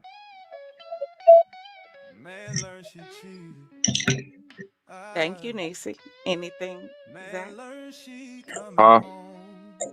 Anything else you wanted to add? I was just gonna say, on this, you know, it talks about the wheat and the tares growing. They look the same, but as they mature, you know, and the separation comes, uh, there's someone that knows what the there's a professional that's been doing this. The farmer, he knows, what the wheat, to a regular eye, you can't tell what the, if you separate them too soon, you might, take up the wheat. But as they grow, when they get mature, the farmer knows which ones is going to get burnt up, so it's just a matter of time. I think, that's where we at now. It's about to be harvest time. And so those that like what Nisi was just talking about on the culture level, it's about to happen, because it may, I don't know how soon it's going to be, but there are as these benefits and things start getting stripped away from us and people get more desperate, feeding my kids is going to look better than me watching these shows, because I'm not going to be focused on these shows. I'm going to be focused on my kids. I just pray that it's not too late, because I was looking at a show with Killer Mike, a video with Killer Mike, and they was talking about the revolution. Like they were having a summit, and the people were talking about, they had a big summit down in Atlanta, and we need to organize, we need to get ready for this revolution. And he was like, let me ask y'all a question: how many of y'all go out shooting every day? People raise their hand. How many people kill their own food? Not too many raise their hand. How many people raise their own, got guards and things of that nature? He said, see, he said, I love my people, but we ain't ready for no doggone revolution, because y'all don't know how to be self-sustained. Y'all just as ingrained in this United States culture as anybody else. So I think, though, I just pray that as these laws change, these benefits get taken away, that those of us who do know, that we start really mobilizing others, you know? Like what we talking about doing here, you know, with my church, we got an empty lot that a house was on. Next summer we gonna make a garden, a community garden. You know, we thinking on those lines, but I just hope it's not too late, you know, that this toxicity hasn't put such a black eye in the game to and crippled us to the point to where we will get blindsided. So I hear you, Nixie. I hear you. I wanna slide in there too with what you was just saying, Zach, because this is what I was gonna say before I go back to the chat. I wanted to say this. The last thing we as melanated people need to be doing is letting what a threat that is coming through the TVs and the radio waves and your cell phone waves. You don't let that get to you, because that's a form of trying to show fear or making you feel overwhelmed or messing with your energy. Yeah. If you got a family of children, you by this time you should be knowing how to survive with your children, down to food, down to beans, down to vegetables, however you are trying to stack. Even people who have bought food that'll last for 4 to 5 years. Okay, if that's what you gotta go do. Me myself, I grow my own food. I don't care if I'm living in an apartment or where I'm at. It's time to start trusting your own way of survival. So you don't sit up and let nothing make you put so much in fear that you gotta act like a rabid dog because you ain't got no food. You should be able to have that hustle mentality in your mind, your will to be a mother or a father or just an individual to survive. You should know how to survive. You should be able to know how to rub 2 sticks together and start a fire. That's where it begins, if that's the case, on the outside looking in. There are books that can teach you how to survive. Please do not just let something that they tell you over the airwaves or on the telephones and beepers and all of that. You yourself should be able to have that will to know how to survive outside of having to get gunned down or act a fool just because somebody else want to be something bigger than what they are.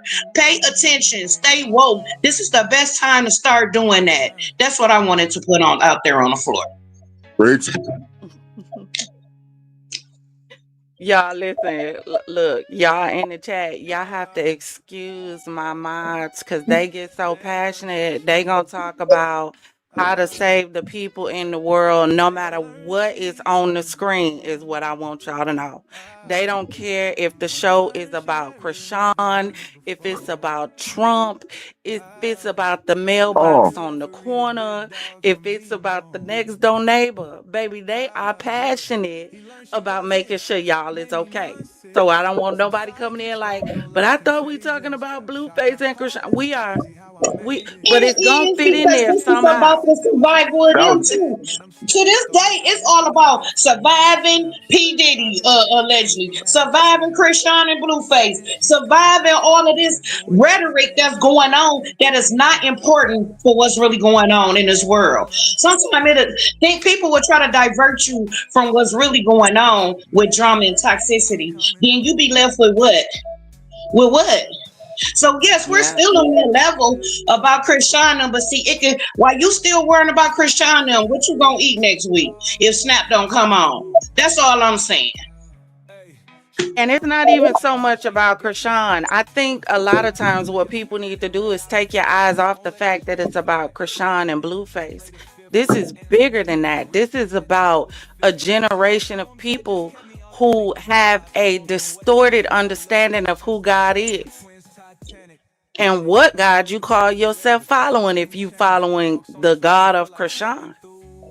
That's right. You don't worship no other human being. God, our God is a jealous God. How you gonna worship a human being that ain't doing that's sinning just as much as you is? Yeah. I'm just not understanding that. That go to the bathroom like you do, that wake up like you do. How you gonna worship something else besides God? I'm not understanding that. Because they don't know.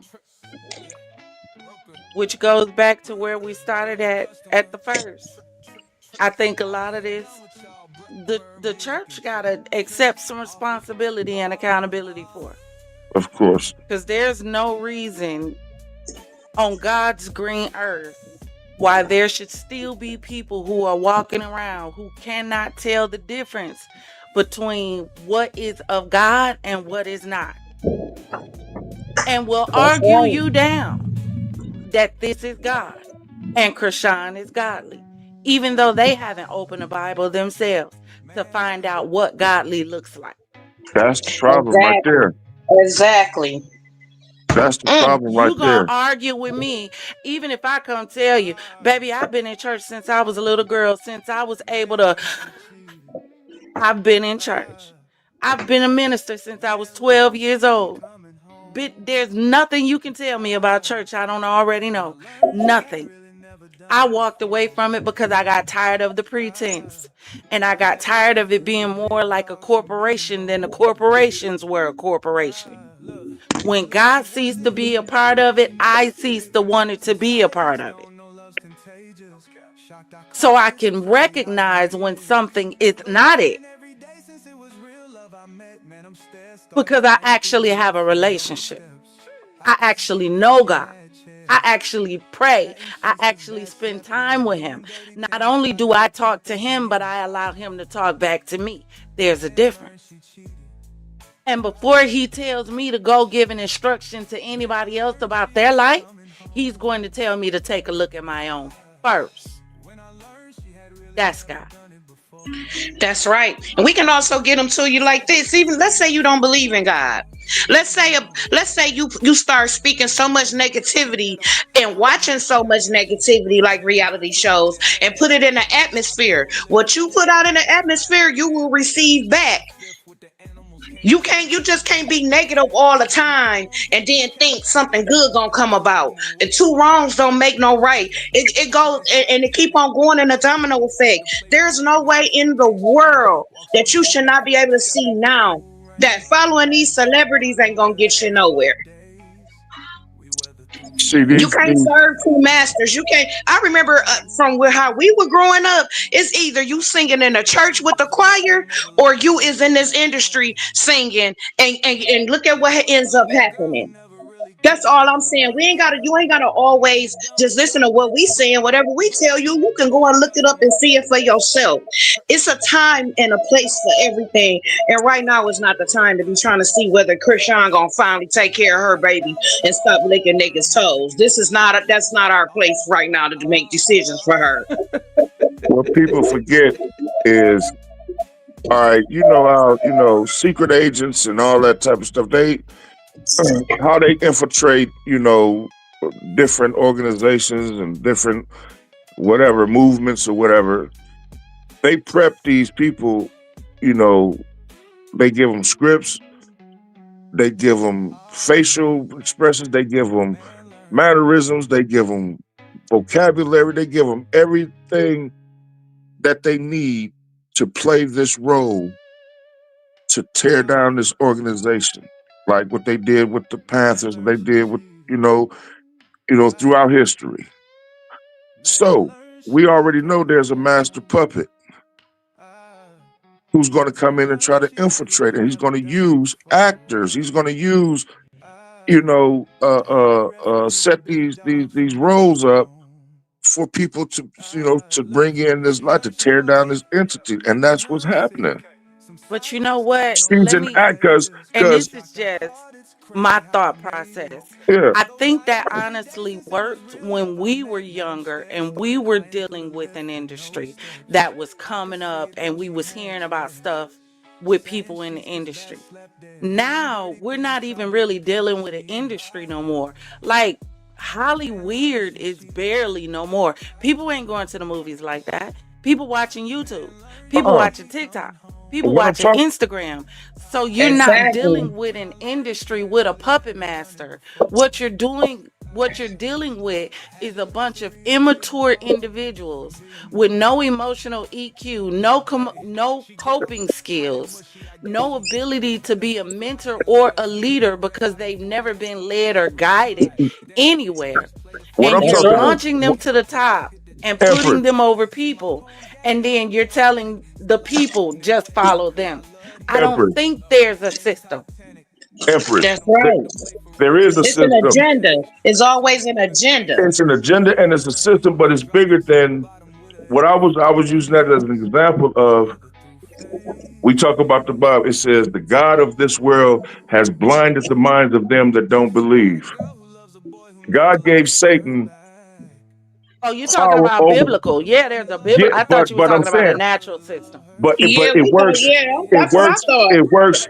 It works in the natural system with someone like a Chrisean, who's She ain't smart enough. I she's need not us smart. to No, like. no, no, She no, no, no, no. ain't. She's not smart enough to devise She's a that. puppet. She's a puppet. That's what Of she course. is. How does the enemy play people? But I think you're going way too far. I think you're thinking about Uh-uh. our generation. I'm not You're thinking about dealing our with a generation. I'm thinking generation of about this people who generation do right not here. have a puppet master. You're dealing with generation of individuals who are just impulsive. There is no puppet. There's no master. They So just out here doing whatever the hell they want to. And the people are letting them wreak havoc. Sexy Red. She able to just come out here and throw her ass, talk about her hoochie pink, her booty hole brown, and all of this. Everybody letting her do it. Ain't nobody stopping it. so you think them She thoughts was going up originate to with kids' them? schools. She going up to kids' schools and stuff doing that. So where does the demonic play in that? I didn't say the demonic didn't play in it. That's What what I said was we're talking about natural. I understand the demonic system. What I said to you is I don't think there's a natural system in the sense of the way it was when we were younger. I'm Exactly. 49. When we were younger and they were talking about the system and the industry, puppet master running stuff, you had to do this, do this, do this, or you didn't get into the industry. You were blackballed like a Monique and all these stories that we hear about. That system is no longer in play. There's nobody that can blackball this new generation except this new generation. That's right. That's right. It's like taking a bunch of kids and allowing them and loosen them out on a big kiddie playground. It's not a system to help them be destructive. It's just the fact that you loosed a bunch of impulsive kids in an open space with no structure and no boundaries. So do you think do you think, all right, for these, I remember there's a popular YouTuber, think corporate. And these YouTubers, you don't think there's for them to get to a certain platform, to get to a certain status, that they have to do certain things to advance? All right. Let me say this. Anything that's mentioned on this chat or on this live, we are going to say it's allegedly because this is for entertainment purposes only. But I'm going to go ahead and answer some of that with you right quick. It depends on if you as a content creator is going to engage yourself in what has been produced to you. Because you do have different content creators that'll come on here and say, oh, I'll never get myself involved in the industry. And 9 times out of 10, we're starting to see videos where some have fallen by the wayside, okay? Where they even got celebrities coming in on their streaming, everything. So it's up to you as an individual. Anything you do in life is about choices and decisions. If you make that choice to go that way, you're gonna have to deal with what you make that choice with. Right. It's up to you. It's up to you. So if you want to go, if you take the offer, if you take this offer from this system, you can get this. If you don't, but it's still a choice, but there's still a system in play. It may not look like what it used to look like, but there's still a system in play. The enemy don't play. He has a system. And it doesn't, it may change methods, it may change faces, it may change through the times, but it's still the same system. You got to. Absolutely. If we're gonna go That's what I'm spiritual, talking about. because you want to go But it works at spiritual, so let's no, but talk it works at spiritual. it Spiritual works in the is natural. no, It, I it get what you're manifests in the saying, natural. but you have to be able to separate the two. There are some things that's wrapped up in this that is very spiritual, very demonic. Yes, there is a system, the matrix, the red pill. Yes, we understand that. It's either God or it's the enemy. We got that part. What What I'm I'm saying is saying this: is, with Chrisean is a this whole. She's living this. She's showing this, but she's saying this. That's that system personified. right, but you're still trying to deal on the spiritual level, and I'm There- trying to address the natural. It's working out naturally. Yeah. Yeah, but you keep going back to the spiritual, and we're looking at the natural. How can you not go back to the spiritual? That's It's the all spiritual. problem. It is a spiritual issue, but Right. you also have to deal with a natural problem. This is where the church loses the world. We get so spiritual minded that we're no natural good. I get the spiritual. We ain't lost on that. So what's This the is natural? the What's the enemy's natural work, with this? right? Let me finish. You Right. cutting me off My bad. now, trying to be cutesy. The spiritual, we know this is the enemy. We wrestle not against flesh and blood, but against principalities, against powers, against spiritual wickedness in high places. We understand that. We know an enemy has done this. We know an enemy is behind this on a spiritual level. On a natural level, you began talking about a system, right? What I said to you was, And I use that as an example. I don't think that the system that we knew from when we were younger, if you want to be in the industry, this, that, and this, and that. If you don't do this, that, and that, you can't be in the industry. This would have fit for me, in my opinion, all the way up through the 80s, the 90s, the early 2000s, right? That was a time when you had to have a skill, had to have a gift. If you were an actor, you had to go to Juilliard or you had to go to acting school. So there were several systems you needed to pass through, right? Now, we are no longer in a day and age where you got to go to a Juilliard in order to be a musician. You got to go to an acting school in order to be an actor. That system is no longer in play.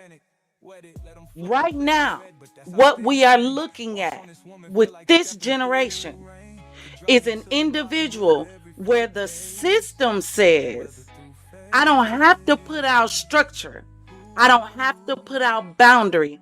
All I got to do is let you loose and let you cause the chaos.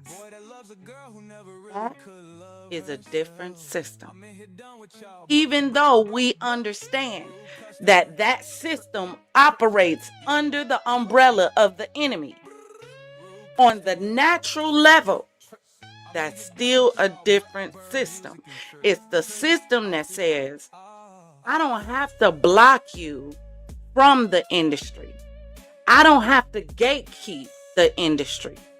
All I got to do is let a bunch of immature individuals with no boundaries, no morals, and no standards. All I got to do is let you loose, and you going to destroy the system anyway.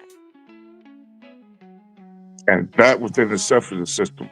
But I wasn't using, when I said the system, I was using that as an example because if you heard me, I said they like the CIA, them systems, all them type of things are still in play where they give you a script. They infiltrate people, and I was using that as the natural from the spiritual. But that's why I said I But don't now, think like that system is in play anymore. now, let's look at it like this. Okay, just look at it from the rap music side, right? Mm-hmm. When rap changed, when it changed from consciousness and party this that and that to hip to gangster. So now we don't have records and CDs and nothing like, and really radio and all. So now it's streaming, and now they more independent. But what was set in play, they seen that the system that they had for pumping gangster rap, it changed, right? Now it's drill, death, this, that, and other. But the game has changed. But the system is still in play because it's all detriment. It's even worse now. The system changed, but it's still the system. You see what I'm saying? That's working in the natural. The design was for it to destroy our community, but now it's to the point to where it's destroying the world. Right. But what I'm saying, that's what I'm talking about. We need to identify the current system. Old systems. Hold on, let me go biblical. You just called it. You cannot put the new current system. wine in old wineskins. Right. You just called the new system. You just said it. You just said, how did you just say it? Give them what? And they're gonna destroy what? Yeah, just release them. Just release them. And they're gonna bring down the whole system. Right. And so they released. They done brought the old system is gone, but this new one, it just looks like it's no system, but it's still a system because there's still people that are benefiting from it at a higher level.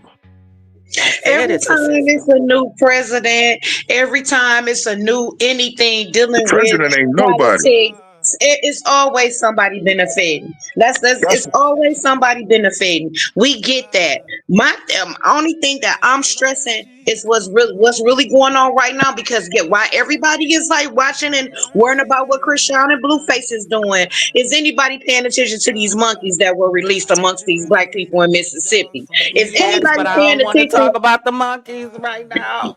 Oh, okay. I'm okay. I'm going outside myself. This my only thing. I'm not saying that sometimes I don't like to see a little bit of drama sometimes. Don't get me wrong.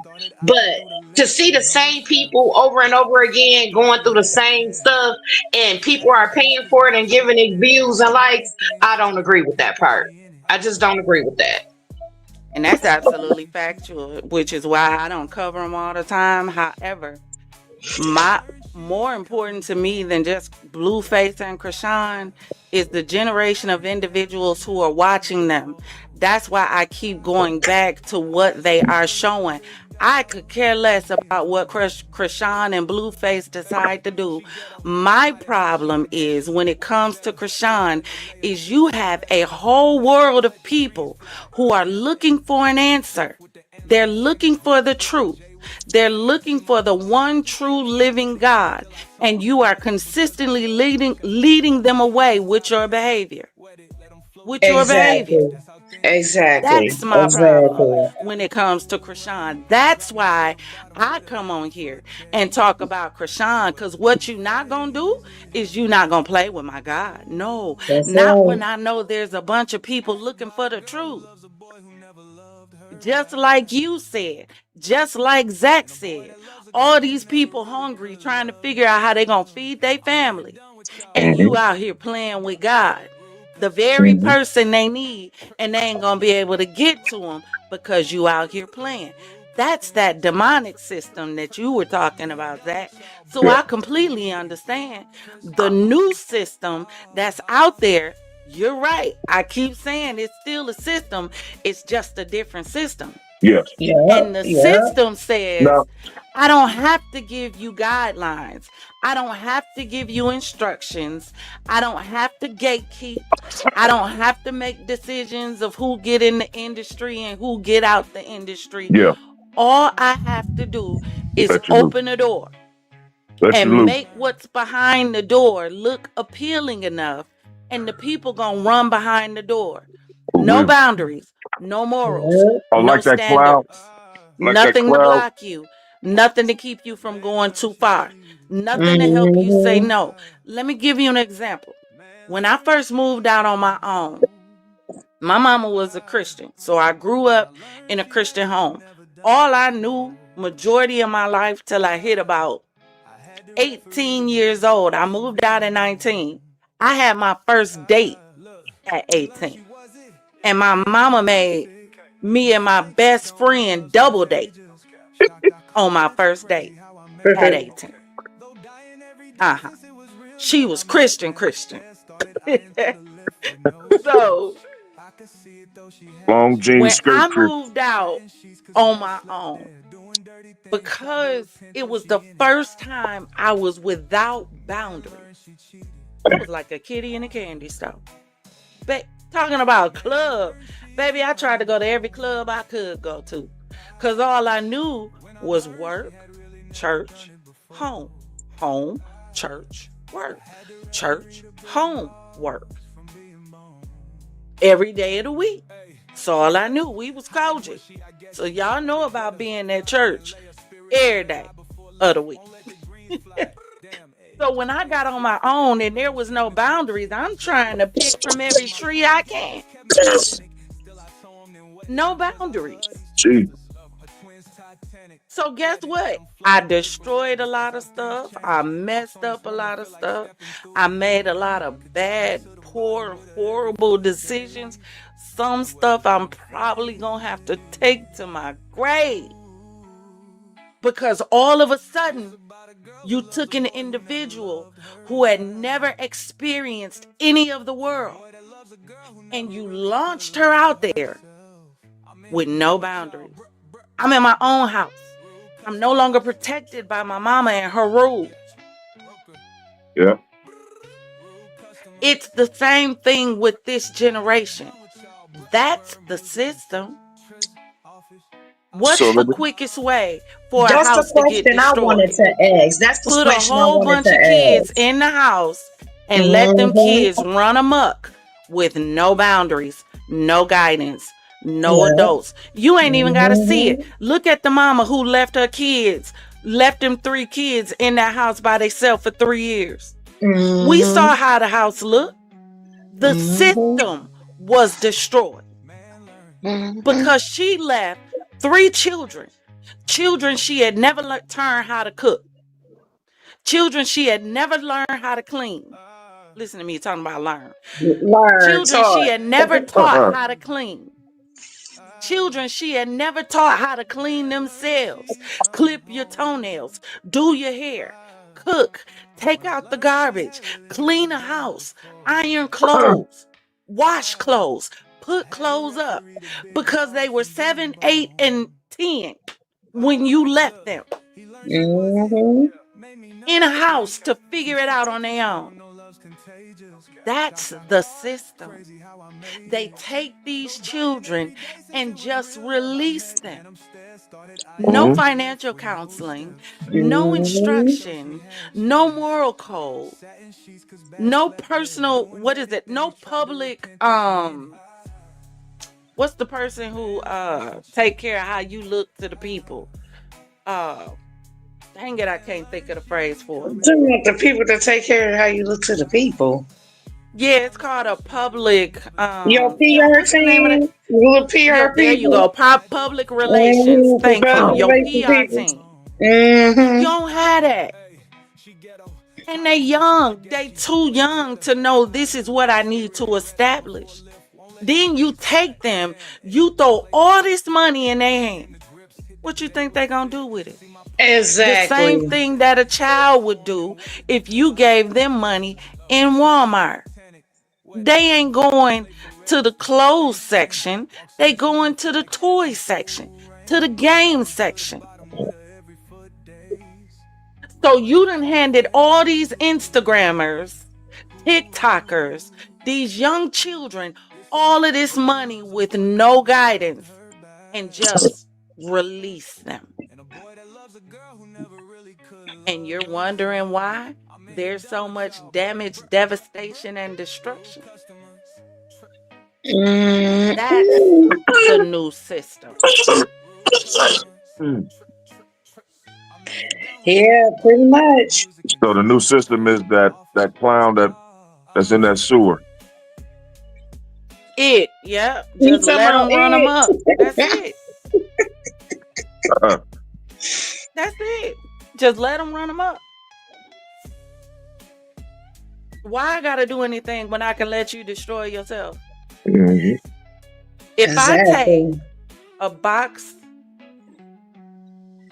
of, if I take a crate of rats,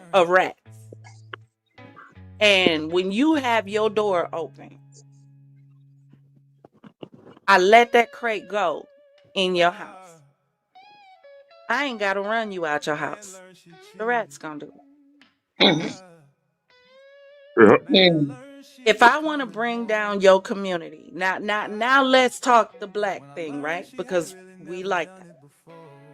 If I want to bring down a community, I don't have to come in it personally.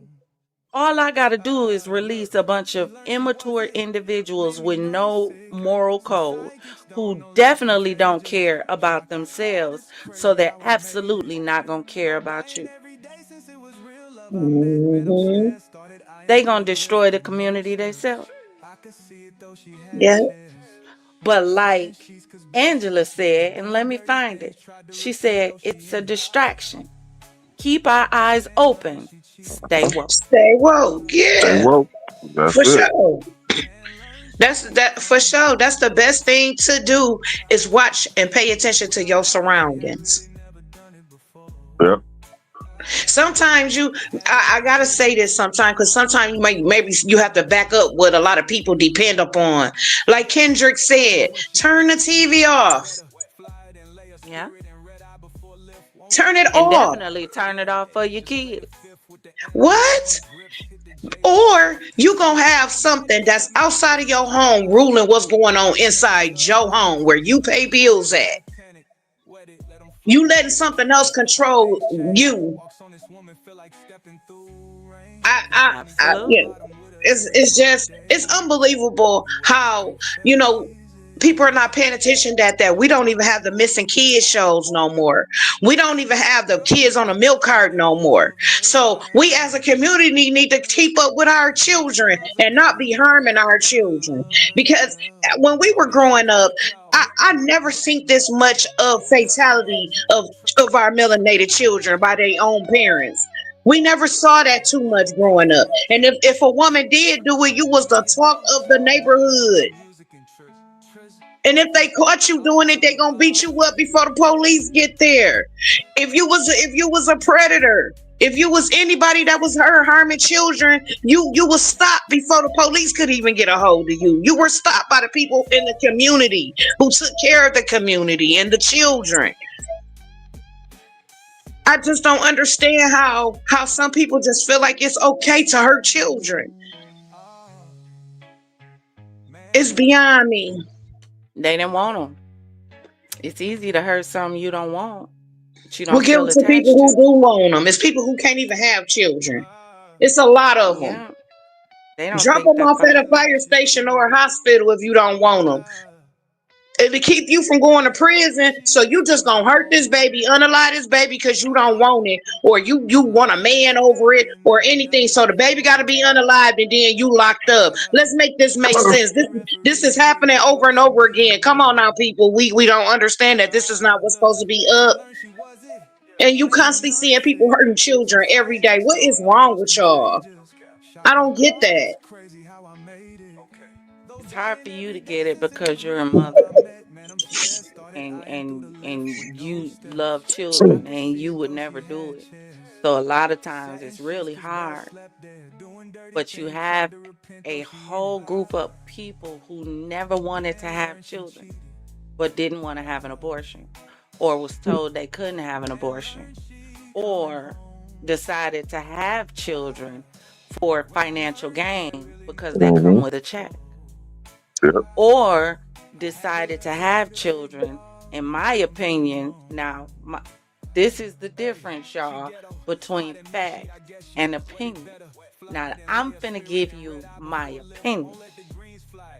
It's my opinion that Chrisean had Junior because she thought Junior was going to hold on to Blueface. It's the age-old thought process that a baby will lock down a man. Jaidyn told her, can't trap him with a man, should have asked me. So you have a bunch of people who had children that they didn't really want, they just wanted the man. They ain't want the child. And then when you don't want it, then they take it out on the child. Then they take it out on the child. Because they didn't want the baby to begin with. Poor little babies, just poor little babies. Didn't want the, and again, because, I mean, riddle me this, y'all. Do we sit our young people down and have the talk anymore? Have y'all heard of any parents having the talk with their children? Have any of your friends came to you and said, hey, I had to have a talk with my grandson today, my granddaughter? I'm honestly have to say no. But what I have been hearing from them is, girl, let me tell you what Shaquisha fast ass was doing on that damn phone. See, if you still had the dinners at the table with the kids when they got out of school, or still had snack time with them, setting up different movie nights, I think maybe you would find that out before we get that bad. Because when we were growing up, we had that close connection with grandma so well, Medea, Nana, to the point where we were able to tell her stuff like that, and some of this type of stuff could have been prevented. Or if you sit at the table after and have dinner and lunch with your kids, you can understand a lot of little stuff that was going on, because that's how a lot of parents was finding out, or they were being nosy and going through drawers and going up under beds. Now the kids rule the room that you pay rent for in that whole house. They rule the room. They locking you out of you finding out what's going on around you. These parents let the kids be the parents. Facts. So now you got, and then, like you said before, they allowed social media to raise the children. These electronics and video games is raising your children. So they're introducing your children to sex, intimacy, all this extra stuff. So it's making me wonder, do we still sit down and have the talk with our children? I don't care what y'all say, even though there are some things that need to change with the time, there are some things that should stay the same. Like morals, like standards, like boundaries, like spending time with your children. All of that went out the window. Finding out your children's likes, their dislikes. Do you even know? You know more about that Negro you laying up in the bed with than you know what's going on with your children. There was not a child of mine that I had that a person couldn't come to me and tell me they did something, and I not be like, yeah, they did that. I ain't even gotta ask them. That's their MO. Or no, yeah, my child. Okay, I need context, because that's not characteristic of my child. Do we spend this time? Because we gonna keep creating more circuses if we don't. Who is we? I don't speak French. Now, if y'all want to be all in circuses doing all what y'all doing, go right on ahead. I'm not in this game right here. I did not say I participate in nothing. I don't speak French. I ain't part of that. For You real, ain't because part of it, DC. heck, I'm not raising my hand if I'm sure on this one, okay? And I use deodorant every day, but I'm not about to do that. No, no, because some stuff just you have to use common sense. Some stuff you just got to be like, are you for real? Especially where we come from. Especially where we come from. I think if we don't keep speaking on how we were raised, it's going to die, just like everything else is dying where morality was built on. People don't even know what morals are anymore. That's the That's crazy part. Morality. Right. Well, But you hey, ain't gotta y'all. have it because you got a generation of people like our ages that's telling them what they doing is okay. For So why I fact. gotta have morals? You know why you gotta have morals? Because you're gonna keep on going through negative energy. You're gonna keep on having a black cloud over you. You're gonna always be asking, why is this happening to me? What did I do? I gotta do a love spell. I gotta keep them. You're gonna be doing all of that because of the simple fact you're not trying to have no type of morality about yourself. That's why. But but but but but I got this money coming in though, and he be giving me thousands and thousands of dollars. Girl, he got a bag. And he be giving me the bag though. So, yeah, he go upside my head a time or two or whatever. But girl, I got the bag. You see this 30-inch bust down. Girl, you see these shoes. You see this But purse. she ain't telling that she calling her mama every other night. Like, I just wish I had never done this. Can my kids come over there? I need a hotel I gotta be at. I gotta get away from this. With the bag, because you got the Mhm. bag. Yeah. Mhm. And See, mama they'll telling her, tell girl, that. go on, cause you ain't never gonna get another man like him. You better go on stick in there with it. Where you gonna find another man with a bag like that that's gonna cash out on you? That's why they can't do better. There's no mentors. There's no we are such a generation of do as I say, not as I do. We can say all day long, don't. But when they look at you, when your door crack open, when your blinds are open to let the sunlight come in, what are they seeing from you? What are they seeing in your relationship? What relationship are you exhibiting in front of your children? If you are a woman and you have children, you have grandchildren, through your relationship, your man, your mate, who you choose, you should be showing your children, your grandchildren, what to look for in a significant other. You the first example. What are they seeing from you? What are they seeing you go through? What are they seeing you tolerate? What are they seeing you deal with? Children learn by learned experiences, which are experiences that are repeated over and over and over and over again. Prime example, my 9-month-old niece, at the time she was 9 months old, she turned 1 today. But every time we would go in the room and see her, that's why I tell y'all this new generation is different. They smart as hell. We would go and say, hey, babe. Hi, babe. Hi, babe. Just smile and hi, babe. Everybody that went to see her, hi, babe. When she hit about 9 months old, all of a sudden she was like, hi, babe. Hi, babe. I'm like, bro, what? At 9 months old, she barely said mama. And her first phrase is hi, babe. because they learn through repetition.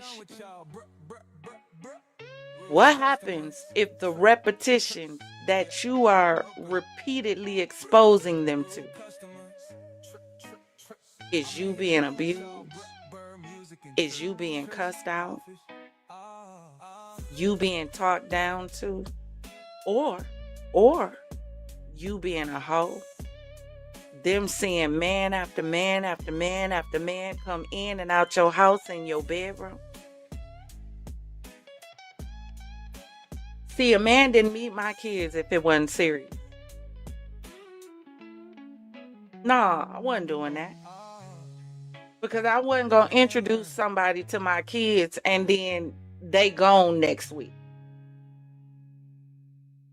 No, you didn't get to meet my kids until I'm in a place where I'm thinking I want this to be long term. Like now I'm looking at a couple of forevers in my head. So I want you to be introduced to my children so that we can all see if this gonna work together and mesh together. What examples are you showing your children? What example did Chrisean see that molded this? What example did Blueface see that molded this? What example did Chrisean and Jaidyn see that would make them accept this? See, those are the conversations that we really need to have, which is why I absolutely agree with Angela when she says self-love is the best love. Because if you really loved yourself, if Chrisean truly knew the love of God, she wouldn't be chasing the love of Blueface. Get it? Because the love of God will cause you to reach higher.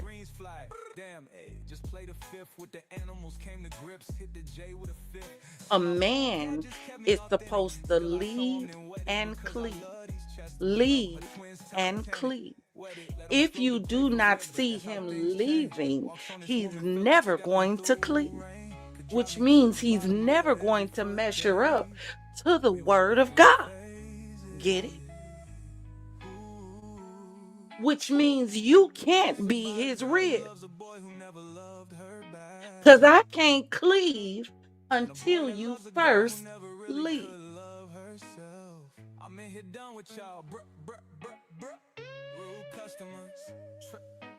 God ain't gonna give you something attached to somebody else. Not gonna happen. Sorry. He not gonna do it. No.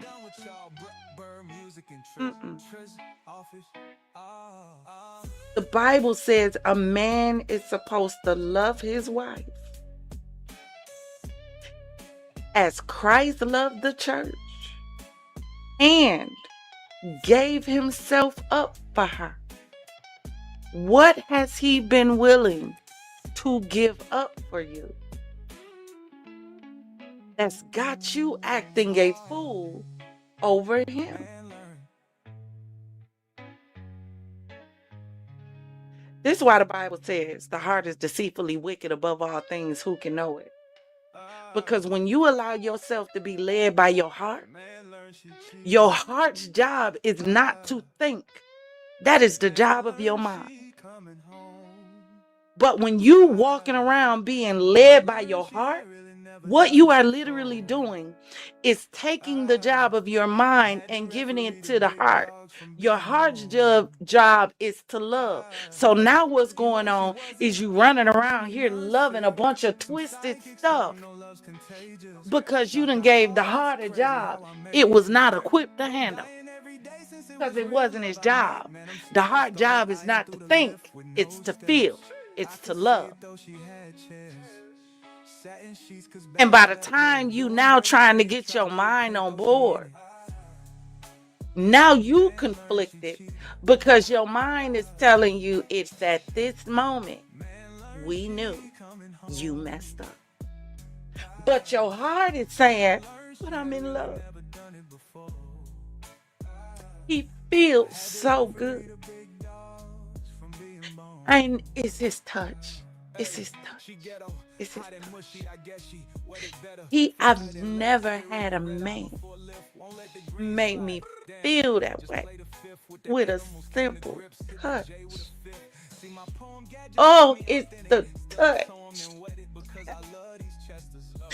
Then don't let him have the gift of gab. And fellas, I'm talking about y'all too. Just flip it around. It was her touch. She knew how to touch you right in the nape of your neck. Like right when it catches the curve of your head. And she also knew how to touch right when it hits your shoulders just the right way. Her hands on your shoulder made the difference. Her skin was soft. His fingers didn't feel like it was going to cut every ounce of your skin and scrape you dry because they were so callous. When he spoke words to you, they dripped from his lips like honey. Them words were so melodic, you thought about it for months and months and months on end. I'm trying to set the scenario and paint the picture of how we get tripped up when we're led by our heart. And we allow our mind, our heart to think for us. Get it?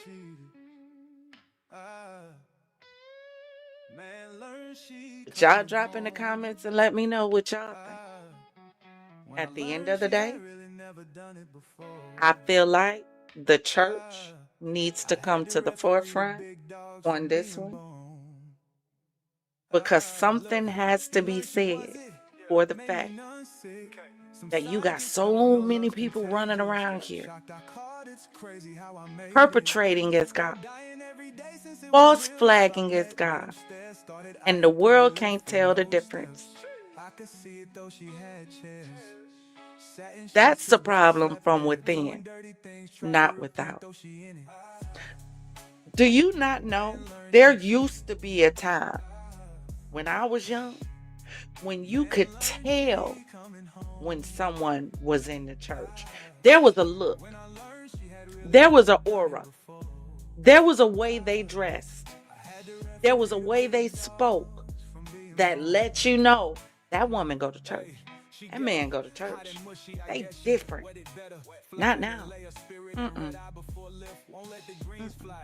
They wear the same clothes that they wear in the club on Saturday, on Sunday, on the praise team, in the choir, quote unquote, giving praise and worship and honor to God.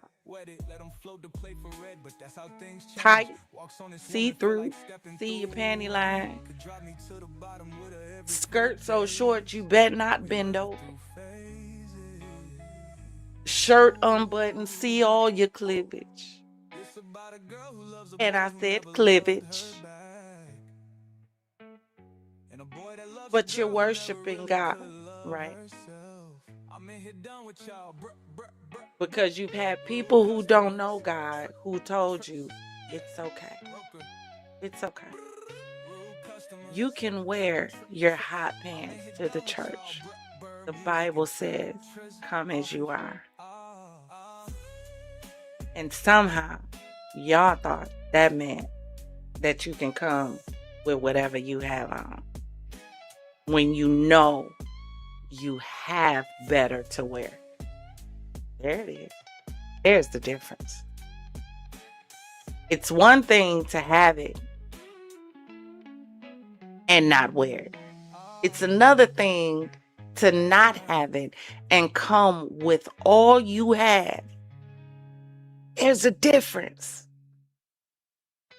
But because the church has gotten so far away from God, people don't recognize the difference anymore. But because you don't stand up and defend God, people don't recognize God anymore. So it's real easy for a Chrisean to come up and say, she is the epitome of what Christianity looks like. Because you don't know no better. Because the church is no longer showing you better. It's no longer showing you different. The church looks like them. So it's hard to tell them from the church. They look one and the same.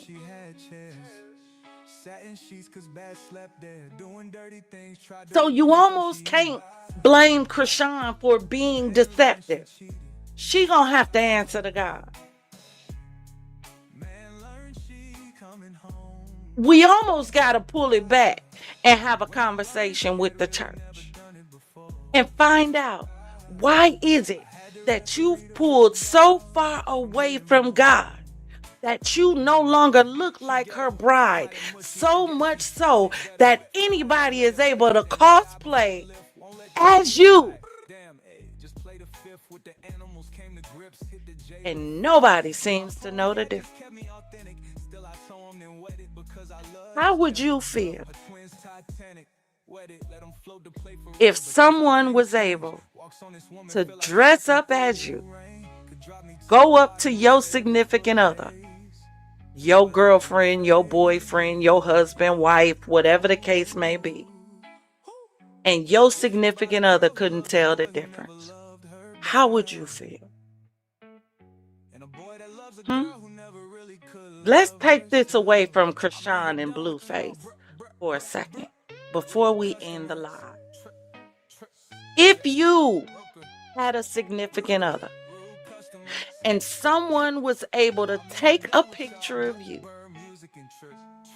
dress like you, change their hair to match yours, put on something to look like you, and they went up to your significant other, and your significant other could not tell it was not you, went home with the individual, laid with the individual, knew the individual according to biblical standards, and could not tell it was not you, how would you feel?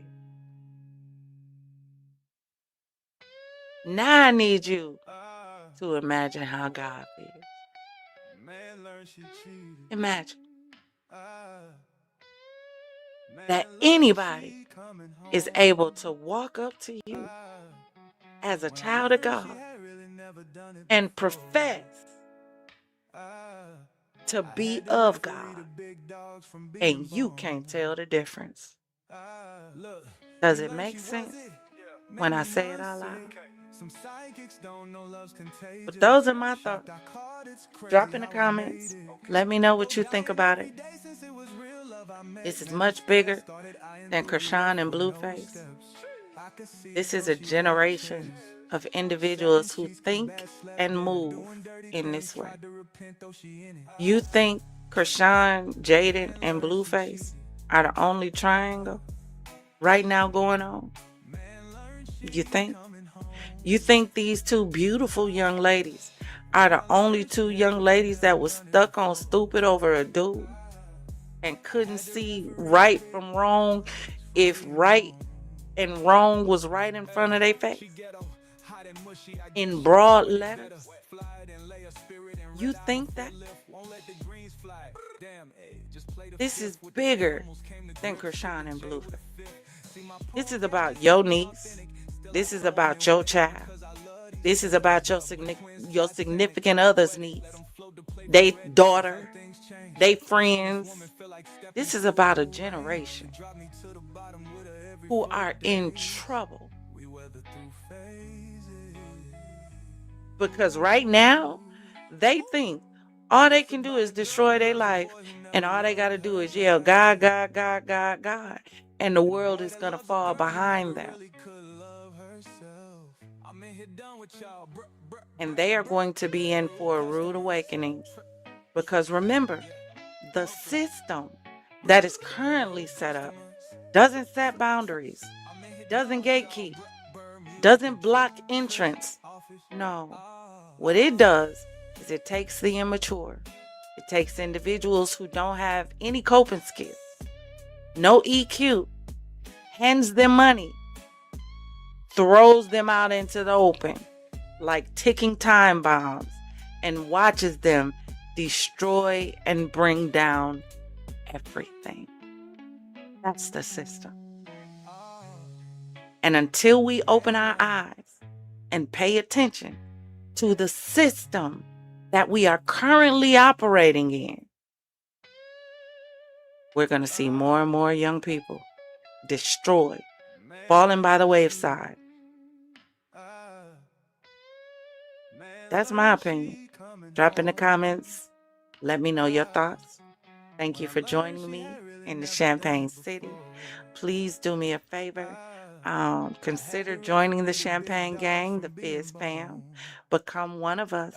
Hit that like and subscribe button, notification bell, so you'll be notified when we jump into whichever sector we jump into for another show. Thank you for joining me in Champagne Secrets, where the secret in Champagne Secrets is empowerment. And you're going to get it every show. Yes, you are. Baby, you pop them bottles, it's going to be some empowerment and encouragement that comes fizzing out the top. Bottle to bottle, cork to cork, for real. Thank you for joining. If you want to support the channel, the Cash App is in the description. Please make sure you support the other channels in the Champagne City. Also, please do me a favor and go check out some of the other videos. There's tons and tons and tons of different videos covering different subjects. I'm sure you'll find something that you like.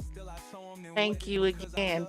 And confidants, always remember, if it doesn't cause you to elevate, baby, it's causing you to depreciate. Now raise those glasses, clink, and let's drink till we meet again. Ta-ta.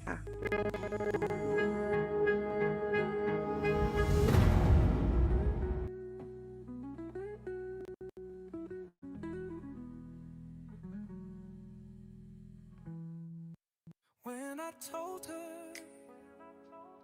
what I did, she gave me champagne. That's when she told me champagne secret. Champagne. Ooh. Champagne. That's when she told me champagne secret. Ooh.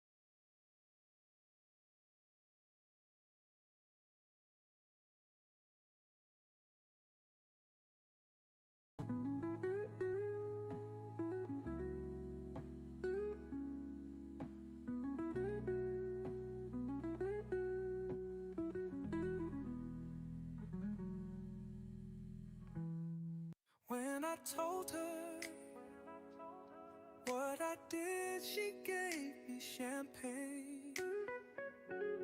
That's when she told me champagne secret. Champagne.